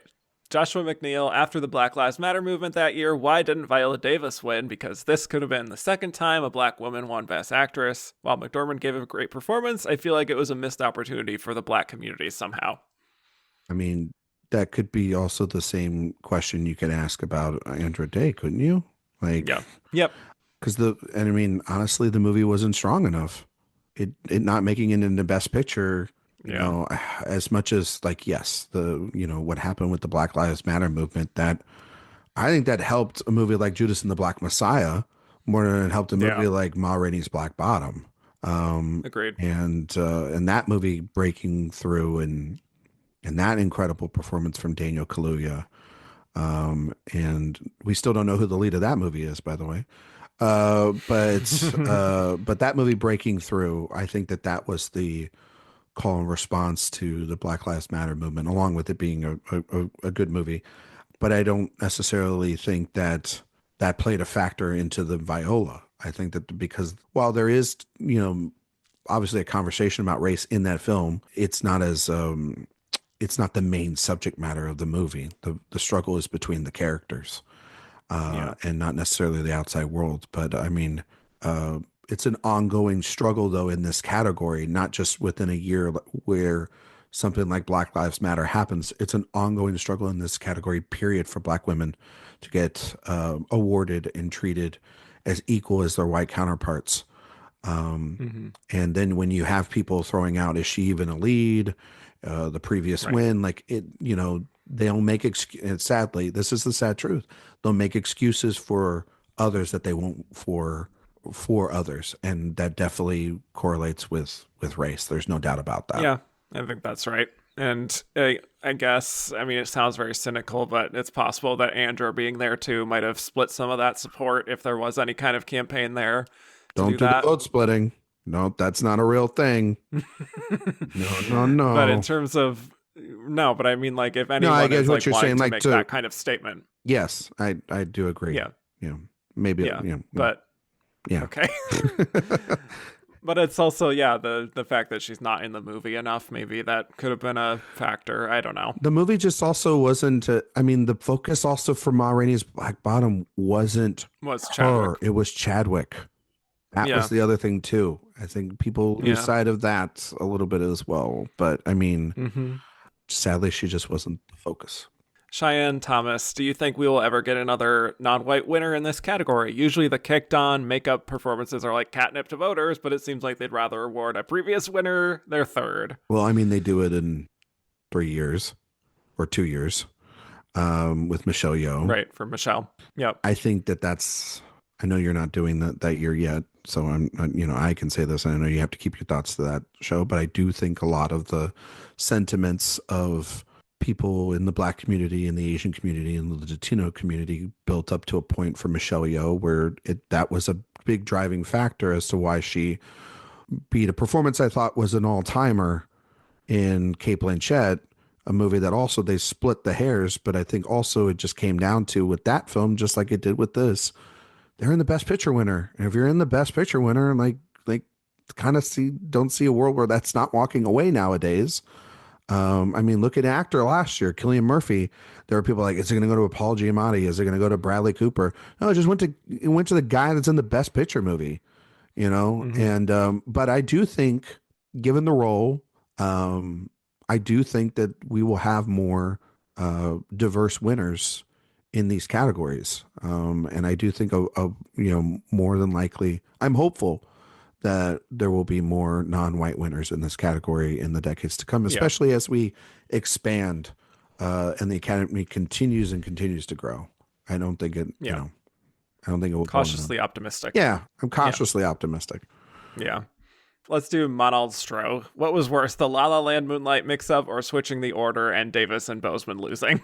The Davis and Boseman, not necessarily for Viola losing, but for the Chadwick Boseman, that felt massively manipulative and it felt gross. And tacky. Not that I want to give any credence of sympathy to Joaquin Phoenix after what he did to Todd Haynes this year, that son of a bitch. But what they did in terms of trying to connect him to the grief of a wife losing her husband and him with River, in his relationship with his brother losing that, like, it just seemed like an optic nightmare. And then I'm kind of glad that it blew up in their face, but then it also it screams distasteful. La La Land was like, in Moonlight is genuinely a mistake. And this was intentional. This which makes it feel worse. Which is like a billion times worse. Yep, agreed. The possibility of Wood. What other director could give Viola more roles like this, where she goes the unexpected route and gives a robust, loud, and grotesque performance? Well, I mean, she could just work with Lee Daniels. But I was going to say that too. There are two people that I think if Viola wanted to win an Oscar, I think she could win one. One is Yorgos Lanthimos. Now, Yorgos would have to work with someone that's African American. In this lead role. And I don't know that would work. But he has 2 Best Actress winners on his resume. And also his movies are big and wild and whatnot. But I think the correct answer is Barry Jenkins. If Viola Davis worked with Barry Jenkins, I think she'd win an Oscar easily. Look, I mean, Mahershala Ali won for Moonlight. Regina King won. For If Beale Street Could Talk, I think if Viola got with Barry, I think that would be like an unstoppable force. Yes. I am also going to put out there Todd Field. Yeah. Oh, Where shit. is Viola Davis's Tar? Yeah. Give me Viola Davis's Tar. That's what I want. Oh, shit. That would be so good. Like, just saying. Man. Right? I'd love to see it. Let's do it right now. Think about. Yep. Well, the Ghost of Glenda Miss Jackson, if you nasty, do you think Viola and Andra hurt each other playing iconic singers, splitting some of the votes? Nope, vote splitting's not a real thing. They just didn't have especially for that. Yeah, they didn't have the passion, you know? Yeah, I just don't think that would have been the factor that split any votes either. So, Diego AC, Andra Day feels like the type of transformative biopic performance that just sweeps. Renee, Charlize, Marianne, and later Jessica Chastain. Why wasn't she bigger this season? I mean, because the movie came on really late. She's a first-time actress. She doesn't have an overdue narrative. Most of them had an overdue narrative. Veteran actors. The movie wasn't very good either. Like, there's a lot of factors why she didn't win, but also when someone wins that category, like Renee did the year before, they usually tend to not do it again the next year too. So there's that. Yeah, movie came out late. It came out, I think, in the last week of February. It was like the last week of February. Yes. And it didn't even have the benefit of like touring the festivals like The Father did with Anthony Hopkins to like build any kind of momentum there. It just was like, oh, right at the last minute. It felt like a push just to get her in. And to get her in was the win. Right. Yeah, ultimately. Well, Isaiah Reeves, Jonathan Robbins-Leon, Russell Aaron, and quite a few others all want us to rank or compare and contrast, I don't know, the Billie Holiday performances from Diana Ross, Andra Day, and some of them also included Audra McDonald, who did it on the stage, which I haven't seen. I haven't seen Audra McDonald on the stage, so I'm sure it's wonderful, like everything Audra McDonald does. It's Diana Ross is Billie Holiday for me, and then Andra Day's second, I guess, in this exercise. Is it a distant second? Maybe. I don't know. I think that I don't know. Like, it just I will not watch the United States versus Billie Holiday again. Lady Sings the Blues, I will most likely watch that again if that's the deciding trigger. Yeah. I've lived with the Diana Ross performance for longer, and it feels more kind of like iconic in that way. So that would be, they're pretty close. I think they're both very good performances, but Diana ekes out before Andra. But I'm sure Audra is better than both of them if I were to see it. So Joey Gentili, will it take another 48 years and another Billie Holiday movie for two black actresses to be nominated? That is sadly the pattern we're at now. Sadly the pattern. I don't think so. I think it'll happen here in the next decade. I mean, I think we were very close this year. I think Marianne Jean-Baptiste was 6th, but I don't think it's going to take, we're not going to need to see another Billie Holiday movie for it to happen. I do think it'll literally happen. Let the woman rest. Yeah, like, she just needs a break. All right. Yes. This is like when people keep making Marilyn Monroe movies. My God. Yes. Oh, I'm so sorry you have to watch that movie coming up. Yep. Coming soon. All right. Captain Jimmy D. Vanessa Kirby is the most recent The Crown star to receive her first Oscar nomination. Which of the other female cast members do you think will be next? Claire Foy. I mean, it's the only one that kind of makes sense. I mean, like, Helena Bonham Carter's. As Helena Bonham Carter, she's been nominated, right? Yeah. And then twice. Emile Destan's been nominated. Leslie Manville's been nominated. Olivia Colman. Right. So it would literally. They all have. Except for her, or it would be Emma Corrin. Oh, yeah. But I doubt That's that. True. But I doubt that. So it's probably most likely Claire Foy. Oh, or Elizabeth Debicki. Yeah, I don't know. I feel like Claire Foy's the right. It's Claire. It's Claire Foy. She's the answer. She almost was there for First Man. She was in the conversation for Women Talking. She was in the conversation for All of Us Strangers. She's gonna get there one of these days, you know. Lord knows she's been trying. She's been I'll just working hard. She really has. She just has to be in a movie that voters like more, and she easily could do like a Felicity Jones getting in for some kind of wife role, you know. Oh my God. Yeah. Sophia Simonello. Who? Says Sophia Simonello. Oh, okay. Her. All right. Her. Yes. Silly one, apologies. The Carey Mulligan train was discussed endlessly this season. Which train from movie history reminds you of the Carey Mulligan campaign / award season run? Kevin, do you hear that? Do you hear that? Woo! It's the Carey Mulligan train that never left the station. Sorry, I had to do it at least one time. So I had a lot of fun with this one. Okay. So I thought about the train from Snowpiercer. Me too. In terms of award season and Carey Mulligan fighting from the back of the train of a Sundance South by movie, having to climb all the way to the top only for it to derail in an Arctic blast. I thought of Bridge on the River Kwai and that train getting there. Yep. And then just an explosion with never having a shot to reach its destination. But then, of course, for Sophia, since she did ask this question, and Kevin just saw this movie, so he understands. See, when you have everything you need to be a Best Actress winner, some would say you have the materials in order to be a Best Actress winner like Carey Mulligan could be. And everybody wants this passion project and these materials to reach its destination. But just like The Brutalist, the train explodes and becomes a calamity throughout the entire project, making it rendered obsolete. So, yeah. Wow. Brilliant answer. Yes. Intellectually stimulating, exactly. You could say. Thank you. Oh, all right. I see you. Yes. I was going to say the train from Snowpiercer because it's always moving, but it was just going and going. It's around in a circle with loopy people. Never really reached a destination. Nope. And it's just ultimately, like you said, gets derailed. Yep. And then it's like, oh, well, there goes that. Yeah. Okay. Mr. Mindnick. When did the Discord "This is how Carey Mulligan can win" start? And we also got so many questions from John Rivera, Amanda BW, Christoph asking if she can still win 4 years later. Very funny. She can win, and this is how. I see it every now and then on Twitter, and it makes me laugh because every time because I knew it wasn't going to happen. I think the delusion started when we all got locked in, and then people started seeing the film. I think, listen, I love Carey Mulligan for a long time, but I don't remember anybody like standing her nearly as much as this shit when this happened. And I thought some of it was, I'm not calling out anybody, the listeners, I'm just saying in general, it felt very weird and icky.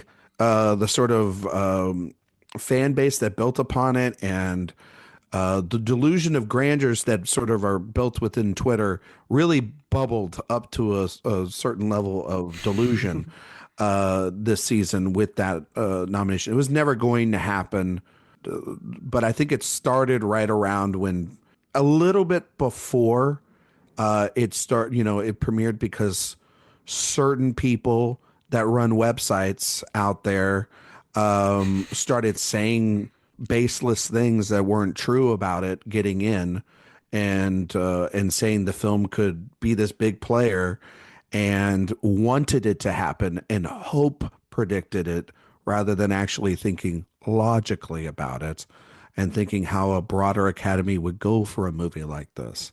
And so I think it was a mixture of all these things that sort of bubbled up into one of the worst toxic fan bases in memory for this category. Yeah, I think it was just a lot of stans who were inside and not touching grass and very desperately trying to make it happen throughout the season through sheer force of will. Favorite line, touching grass. Oh my God, I love it. I think so. Yes. Yeah.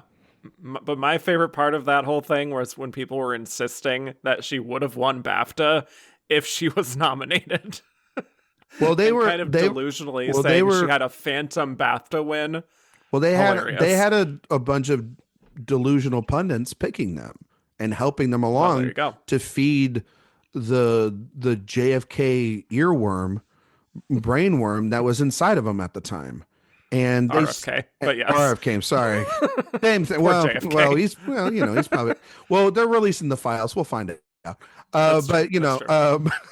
But also too, like, that is continuing still to this day, is the level of cultish behavior that was birthed at this time, celebrated at this time, allowed at this time, and continues to this day needs to stop, because that's not how this game works.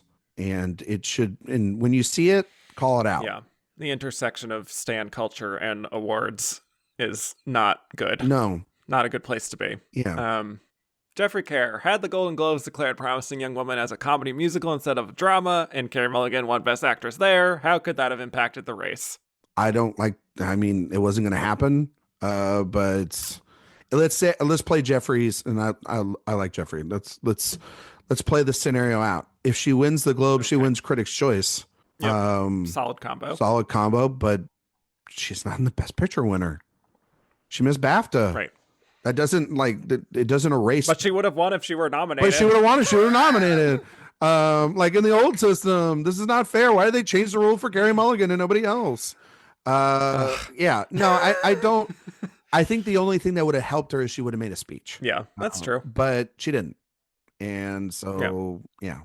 But it would have been interesting. They had a case for putting it in comedy, you know? Yeah, they could have. That's also ignoring, what is it, Maria Bakalova?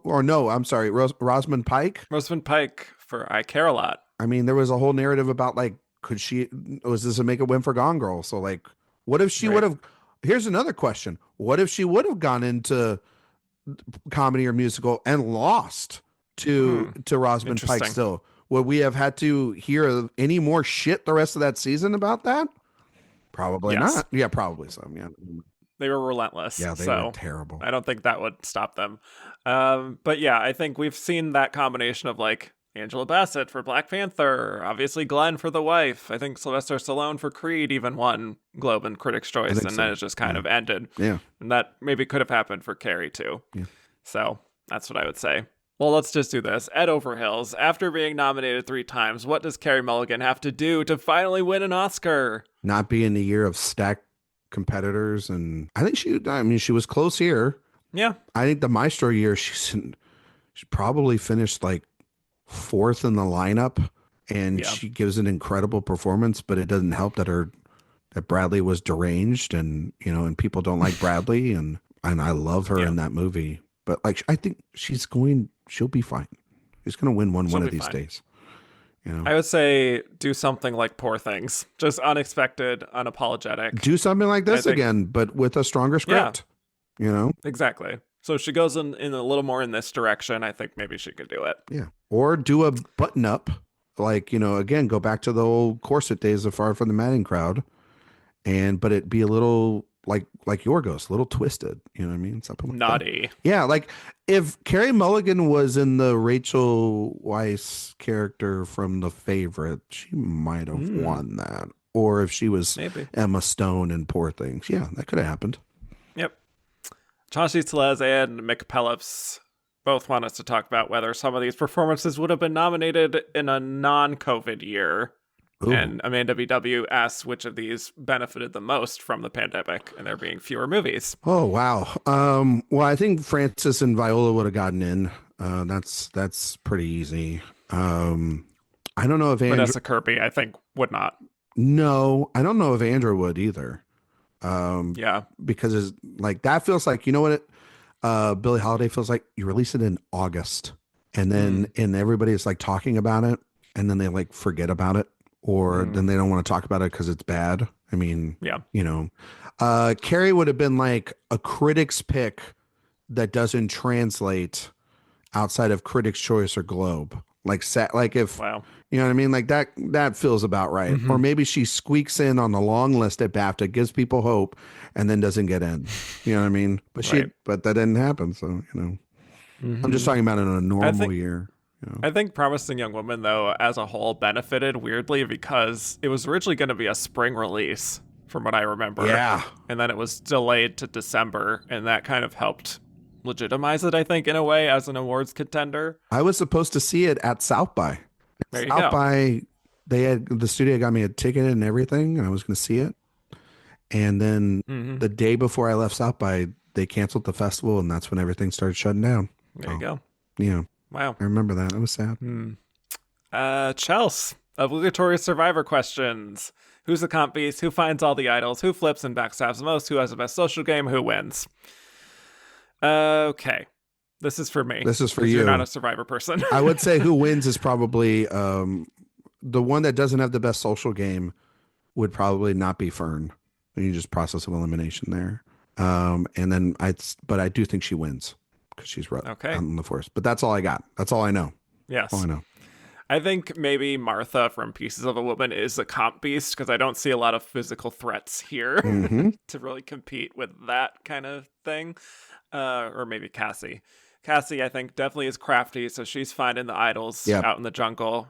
And I definitely think she's backstabbing the most, for sure. Oh, shit. I think Fern has a pretty good social game. I could see that. I think she could win just from her social game, just because she seems to get along with pretty much everyone, even though she kind of keeps to herself at times. But if Cassie is able to keep up her duplicity all the way through, I think she could do it. Here's how Carey Mulligan can still win by going on Survivor. I didn't put that together until you just said it. Oh my God. Yes. I think everyone else here kind of has aspects of their personality that I could see turning a jury off. So that's what I would say about that. Chelsea also wants to know, and this will not make sense to anyone who doesn't watch Survivor, but cast these 5 roles as the Black Widow Brigade of Parvati, Amanda, Serene, Natalie, and Alexis from Survivor Micronesia, the iconic women's alliance, for those who don't know. I'll just say this, even though this won't mean anything for people who don't watch Survivor, such as yourself, but Cassie is Parvati, flirtatious, and also dangerous.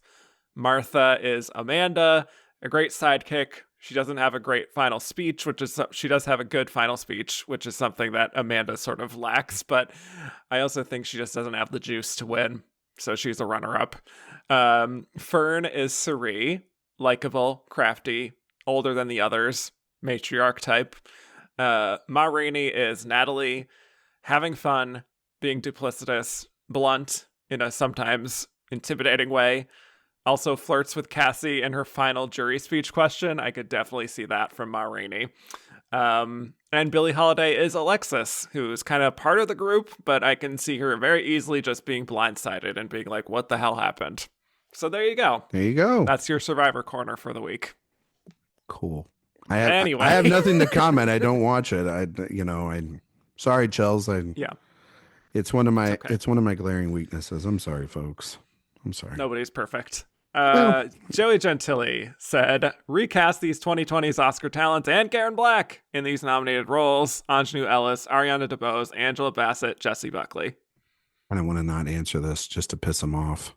Okay. But I will. So I have Jessie Buckley in Pieces of a Woman.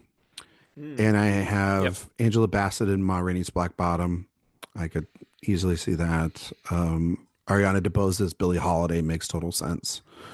Then that means I have Ingenue Ellis Taylor in Nomadland. I think she could really do that. And also, I would then like to change the director and make Ramel Ross direct Nomadland. I think that would be really interesting.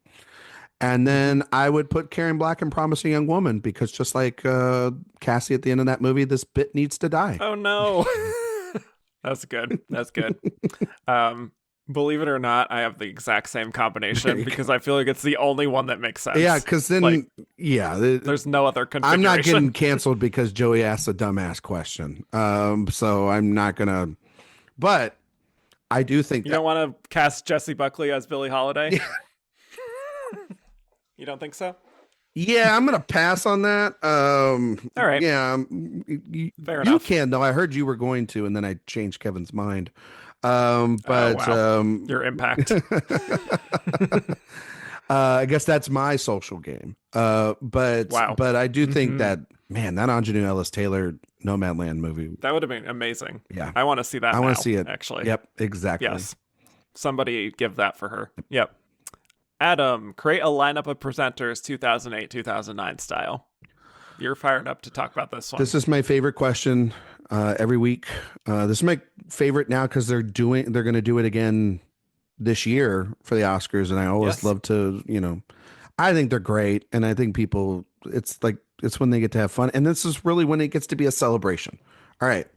So, process of elimination: Sophia Loren, Halle Berry, Marion Cotillard, Nicole Kidman, Shirley MacLaine out.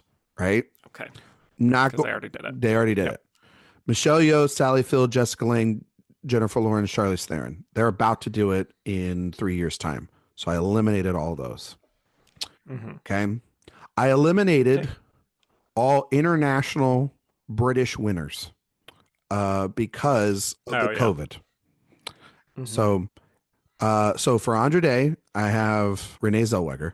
Totally makes sense. Previous year's winner. Also, the 5 in the category with a bad winner. There you go. Have a nice day.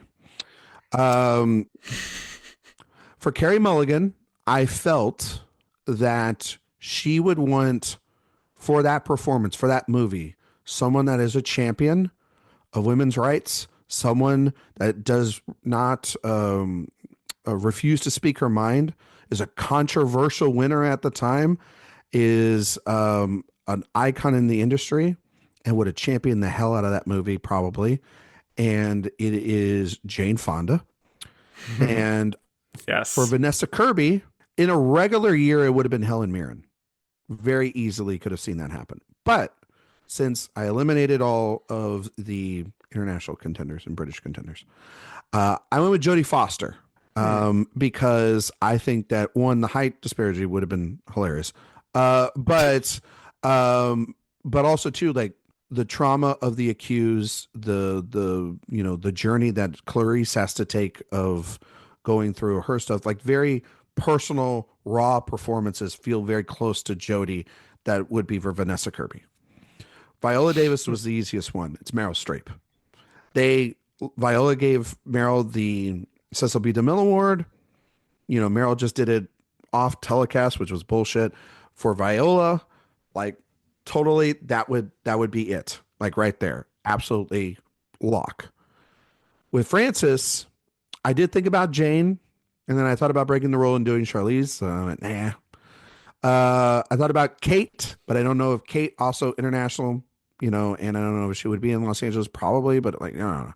But I just went with the one that would make you the happiest, Kevin, would make me happy. Our friend Sophia Simonello and many Nancy Meyers fans out there would be happy for a reunion of Something's Gotta Give and Diane Keaton talking about Frances shitting in a bucket because they played sisters and Something's Gotta Give. So I think that would be the way to go. Yeah, I love that combo. Yeah. Very good. Did you? I didn't think about it as hard as you did. Oh, okay. Sorry, I had like a vision board and I had yarn and everything. Yeah. I didn't do any eliminations for anyone on that. Like, so I said Viola Davis. I did say her buddy Meryl Streep. Talking about how far they've come since they starred together in Doubt. Andra Day, Renee Zellweger, totally, makes sense. Slam dunk. For Vanessa Kirby, honestly, her co-star Ellen Burstyn. Oh, that's smart. Yeah, that's easy. Right? She'd be right there. Yeah. Yeah. She would be right there. I think so. Yeah. For Frances, I struggled with this one, but I went with Charlize since they were in North Country together. That too. Playing kind of that sort of thing. Yeah. For Carey Mulligan, I feel like I'm always saying this for this question, but because I love her, Emma Thompson. Oh, that would have been wonderful. And that's the education connection. Exactly. Oh. And I just feel like she would have a lot of fun talking about Carey's performance and like, I feel like Emma Thompson would have said like "fuck men" on the telecast or something like that. Exactly. And it would have been like, like but it would have been so hilarious and nobody would have gotten mad at her because it's Emma Thompson. Yep. Yeah. So that would maybe at least enliven a dull ceremony. Hell yeah. Yes. Glorfindel of Gondolin, this year's roles for leading ladies were rather bleak in terms of tone and subject matter. Looking back at previous slates of nominees, which years stand out in your mind as also being rather dreary? And what performance could they have nominated to cheer up this lineup? Oh, man. Okay. For me, I would say 2008 was pretty rough. That was The Reader, Rachel Getting Married, Changeling, Frozen River, and Doubt.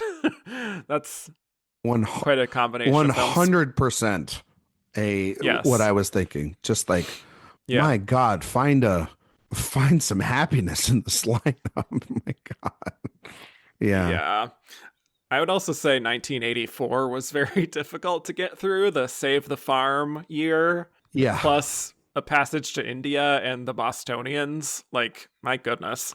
Those are rough. Yeah, I was thinking along the lines of of 2000 and 2008. That was going to be my answer. So, I mean, I could also say 2011 because it's bleak just in terms of those films, but those movies are not easy to get through either. So, yeah. And in terms of what we could do to maybe enliven the lineup a little bit, like there's Michelle Pfeiffer in French Exit kind of is that. Rosamund Pike and I Care a Lot, even though that's a very flawed movie. Meryl and Let Them All Talk, if they considered that a film. Sure. I would have. I know it's not. It is lighter for me because I think she's just phenomenal. But like Carrie Coon in The Nest, like that is like just like it's not great performance. It's lighter than what we have here.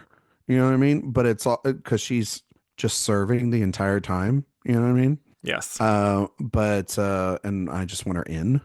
But yeah, it wasn't also like a year of like, let me find a happy performance. No, inside of them. Not really. Not many. So maybe Christine Milioti for Palm Springs, if you wanted to do that. I like that. You know, good call. Yeah.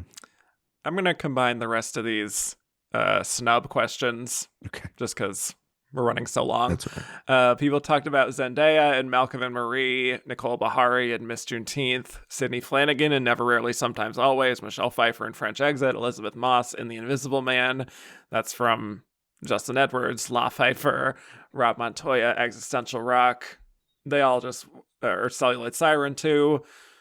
Do you have any thoughts on any of those? Would we have preferred any of them in? Quickly, Zendaya, that movie's terrible, and fuck Sam Levinson. Yeah. Nicole Bahari, it's a beautiful performance. I sure maybe if I could do a 5, I would consider her. Sydney Flanagan, I'm kind of like in the middle on that movie, like you know, and I'm never gonna watch it again. So like, because that's a rough movie. Michelle Pfeiffer, I thought she was kind of brilliant in that movie, but you know, and I didn't understand why she wasn't given her flowers. Elizabeth Moss, genre, and I don't think she was going to get in. The one that I know that somebody asked you, Kevin, like who was the 6th, like legitimately, like who is the 6th? I still think it was Amy Adams for Hillbilly Elegy. I think that she was the number 6. I think they, lazily speaking, the SAG 5 could have just been the 5. So yikes. Yeah, and that would have aged like milk in the sun. You know, indeed. Yes. But of those, I think Michelle Pfeiffer would be the one I would champion the most, and Nicole Bahari as well. Yeah. We've now reached our final segment here where we will reveal who we think was the runner-up of this Best Actress race. Ryan, who do you think it was? Oh, man, this was like the thing that I've been waiting 5 years to talk about with you. Because I back then and I didn't have any justification other than I thought that Frances was, but then when people are like, who's the runner-up? I'm like, so I don't think it was Vanessa Kirby, even though she got everything. I think she was a 5. I think that if you go by what they got in terms of nominations, then Carey Mulligan would be ranked above Day, right? But if you go by the wins, Day would be ranked over Mulligan because I think the Globe speaks more than a Critics' Choice win, right? Yeah, I think so. But Carey Mulligan isn't a Best Picture nominee. So I think that Carey Mulligan would be ranked above Andra Day, and she would be 3rd. I think Viola Davis was 2nd because I think Chadwick was 2nd. I think that movie in a year of 10 would have gotten in, and it won costumes and makeup. 2 Oscars as opposed to Promising Young Woman's 1, which I know was a screenplay, but like still that's huge. And I think Viola was the runner-up, but that is a very, very tight 2, 3, 4. And but I want to push back a little bit on you. I do not think this was close. I think this was a runaway for Frances McDormand. Per the things that I've heard over the last couple of years from people, it was a low voter turnout and one of the lowest in history. I'm afraid we're probably going to maybe see another one of those this year. And those BAFTA winners played a massive, massive result in the Oscar wins. And I think the BAFTAs overwhelmingly went for Frances. And I think that she won in a landslide. Okay. Well, I don't agree, but it's possible. I that knew that's you the would. case. I knew you would. That's okay. Maybe the answer is somewhere in the middle. Yeah, probably so. But I kind of find it, that movie was so undeniable for Best Picture. It just kind of, I know. yeah. I know. Yeah. I think Viola was the runner-up Yeah. as well. I did predict it, of course, so part of that might be just my own warped view of this, but No, I don't think it's warped at all. The fact that she did win SAG, I think, is a pretty big indicator that, at the very least, the biggest branch of the Academy was behind her to some degree. And the fact that she is truly so popular in the industry in a movie that was at least close to being a Best Picture nominee and won 2 Oscars and contended strongly for Chadwick as well, means to me that at least people actually watched it, which is more than you could say maybe for even Pieces of a Woman or Billie Holiday. And they did watch Promising Young Woman, but for me, that kind of performance just never really contends as much as maybe it should. So who would you have voted for from this lineup? I would have voted for Frances McDormand. I know that also might seem like I'm biased, but I do honestly think out of all of them, it is the best performance, and going up against complete type for her. We talked about it already, but it's a beautiful performance. And I think, like, throw her in the 2021 lineup the next year, she probably wins there too. You know, it's an undeniable one for Frances, and it's one that I think of her in Fargo as Marge, but I'm starting to now believe this is just as singular of a performance than anything she's done, and I think of her as Fern all the time. And it just is 100% solely only Frances McDormand could have done it. Like, that's the thing too. Yeah. Like, she birthed this thing, and it's Frances. I also would have voted for Frances McDormand. Hey, I really would have. We really are in sync today. Yes. I think, this is a phenomenal performance for me. This is one of those culmination of a career kinds of performances, even though it doesn't feel like this big totemic sort of like Shakespearean kind of work necessarily. She'll do that later in Tragedy of Macbeth. I was going to say she does that the next year. Right, yes. But I just think this is so fully formed and such sensitive, beautiful work. And it is so unlike the Academy to pick this kind of performance. So I feel like this is one of those where it's just like, oh, the louder performance won, but I prefer the quieter one. That's kind of like how I've been going a lot throughout the 2010s even. And this just happens to be the time where my taste and the Academy taste aligned. First time since 2013, Cate Blanchett's win. Wow. So long overdue for us to agree. But with that, thank you so much, Ryan. This was quite a journey back to 2020. I knew this was going to be a tough thing to revisit, but I think we had fun with it. No, I appreciate it. I was, to be honest with you, I was a little skeptical of revisiting because it was a rough year, 2020, not just in terms of, the online discourse, but then just the year itself. But I am very grateful to be able to go back to this, and also just be able to talk to you in general and break down this lineup. It is a very, very interesting lineup. We're going to very much not get something like this ever again. And that's what makes it so unique.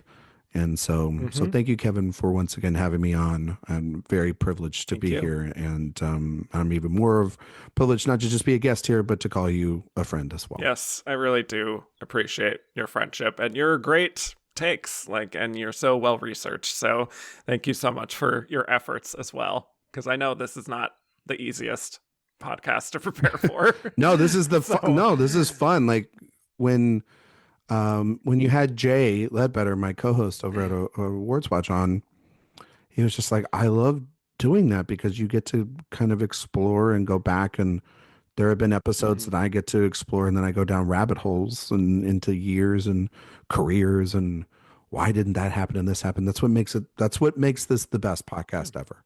It really does. Jeez Louise. Well, on that note, where can people find more of you on the internet? You can find me on Twitter, Instagram, Letterboxd, and Blue Sky at Ryan McQuade 77. You can find all my work at awardswatch.com, where we also do 2 podcasts, the AwardsWatch podcast, which I host weekly alongside Eric and Sophia and Cody Derricks and Josh Parham and Dan Bayer and Karen Peterson and Mark Everyone Johnson. you've heard on this show. Everybody that's been on this show and then some.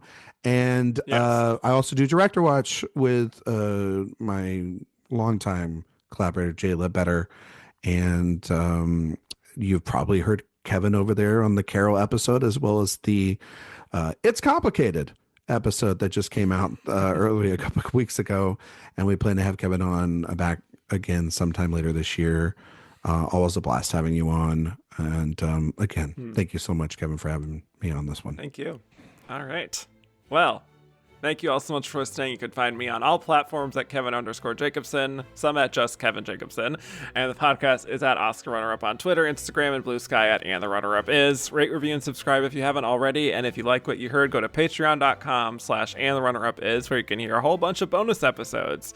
Next week, we'll be discussing the Best Actress lineup of 2021, where the nominees were Jessica Chastain in The Eyes of Tammy Faye, Olivia Colman in The Lost Daughter, Penelope Cruz in Parallel Mothers, Nicole Kidman in Being the Ricardos, and Kristen Stewart in Spencer, with the winner being Jessica Chastain. So with that, thanks again, Ryan. Thank you, Kevin. And I will bid you all adieu.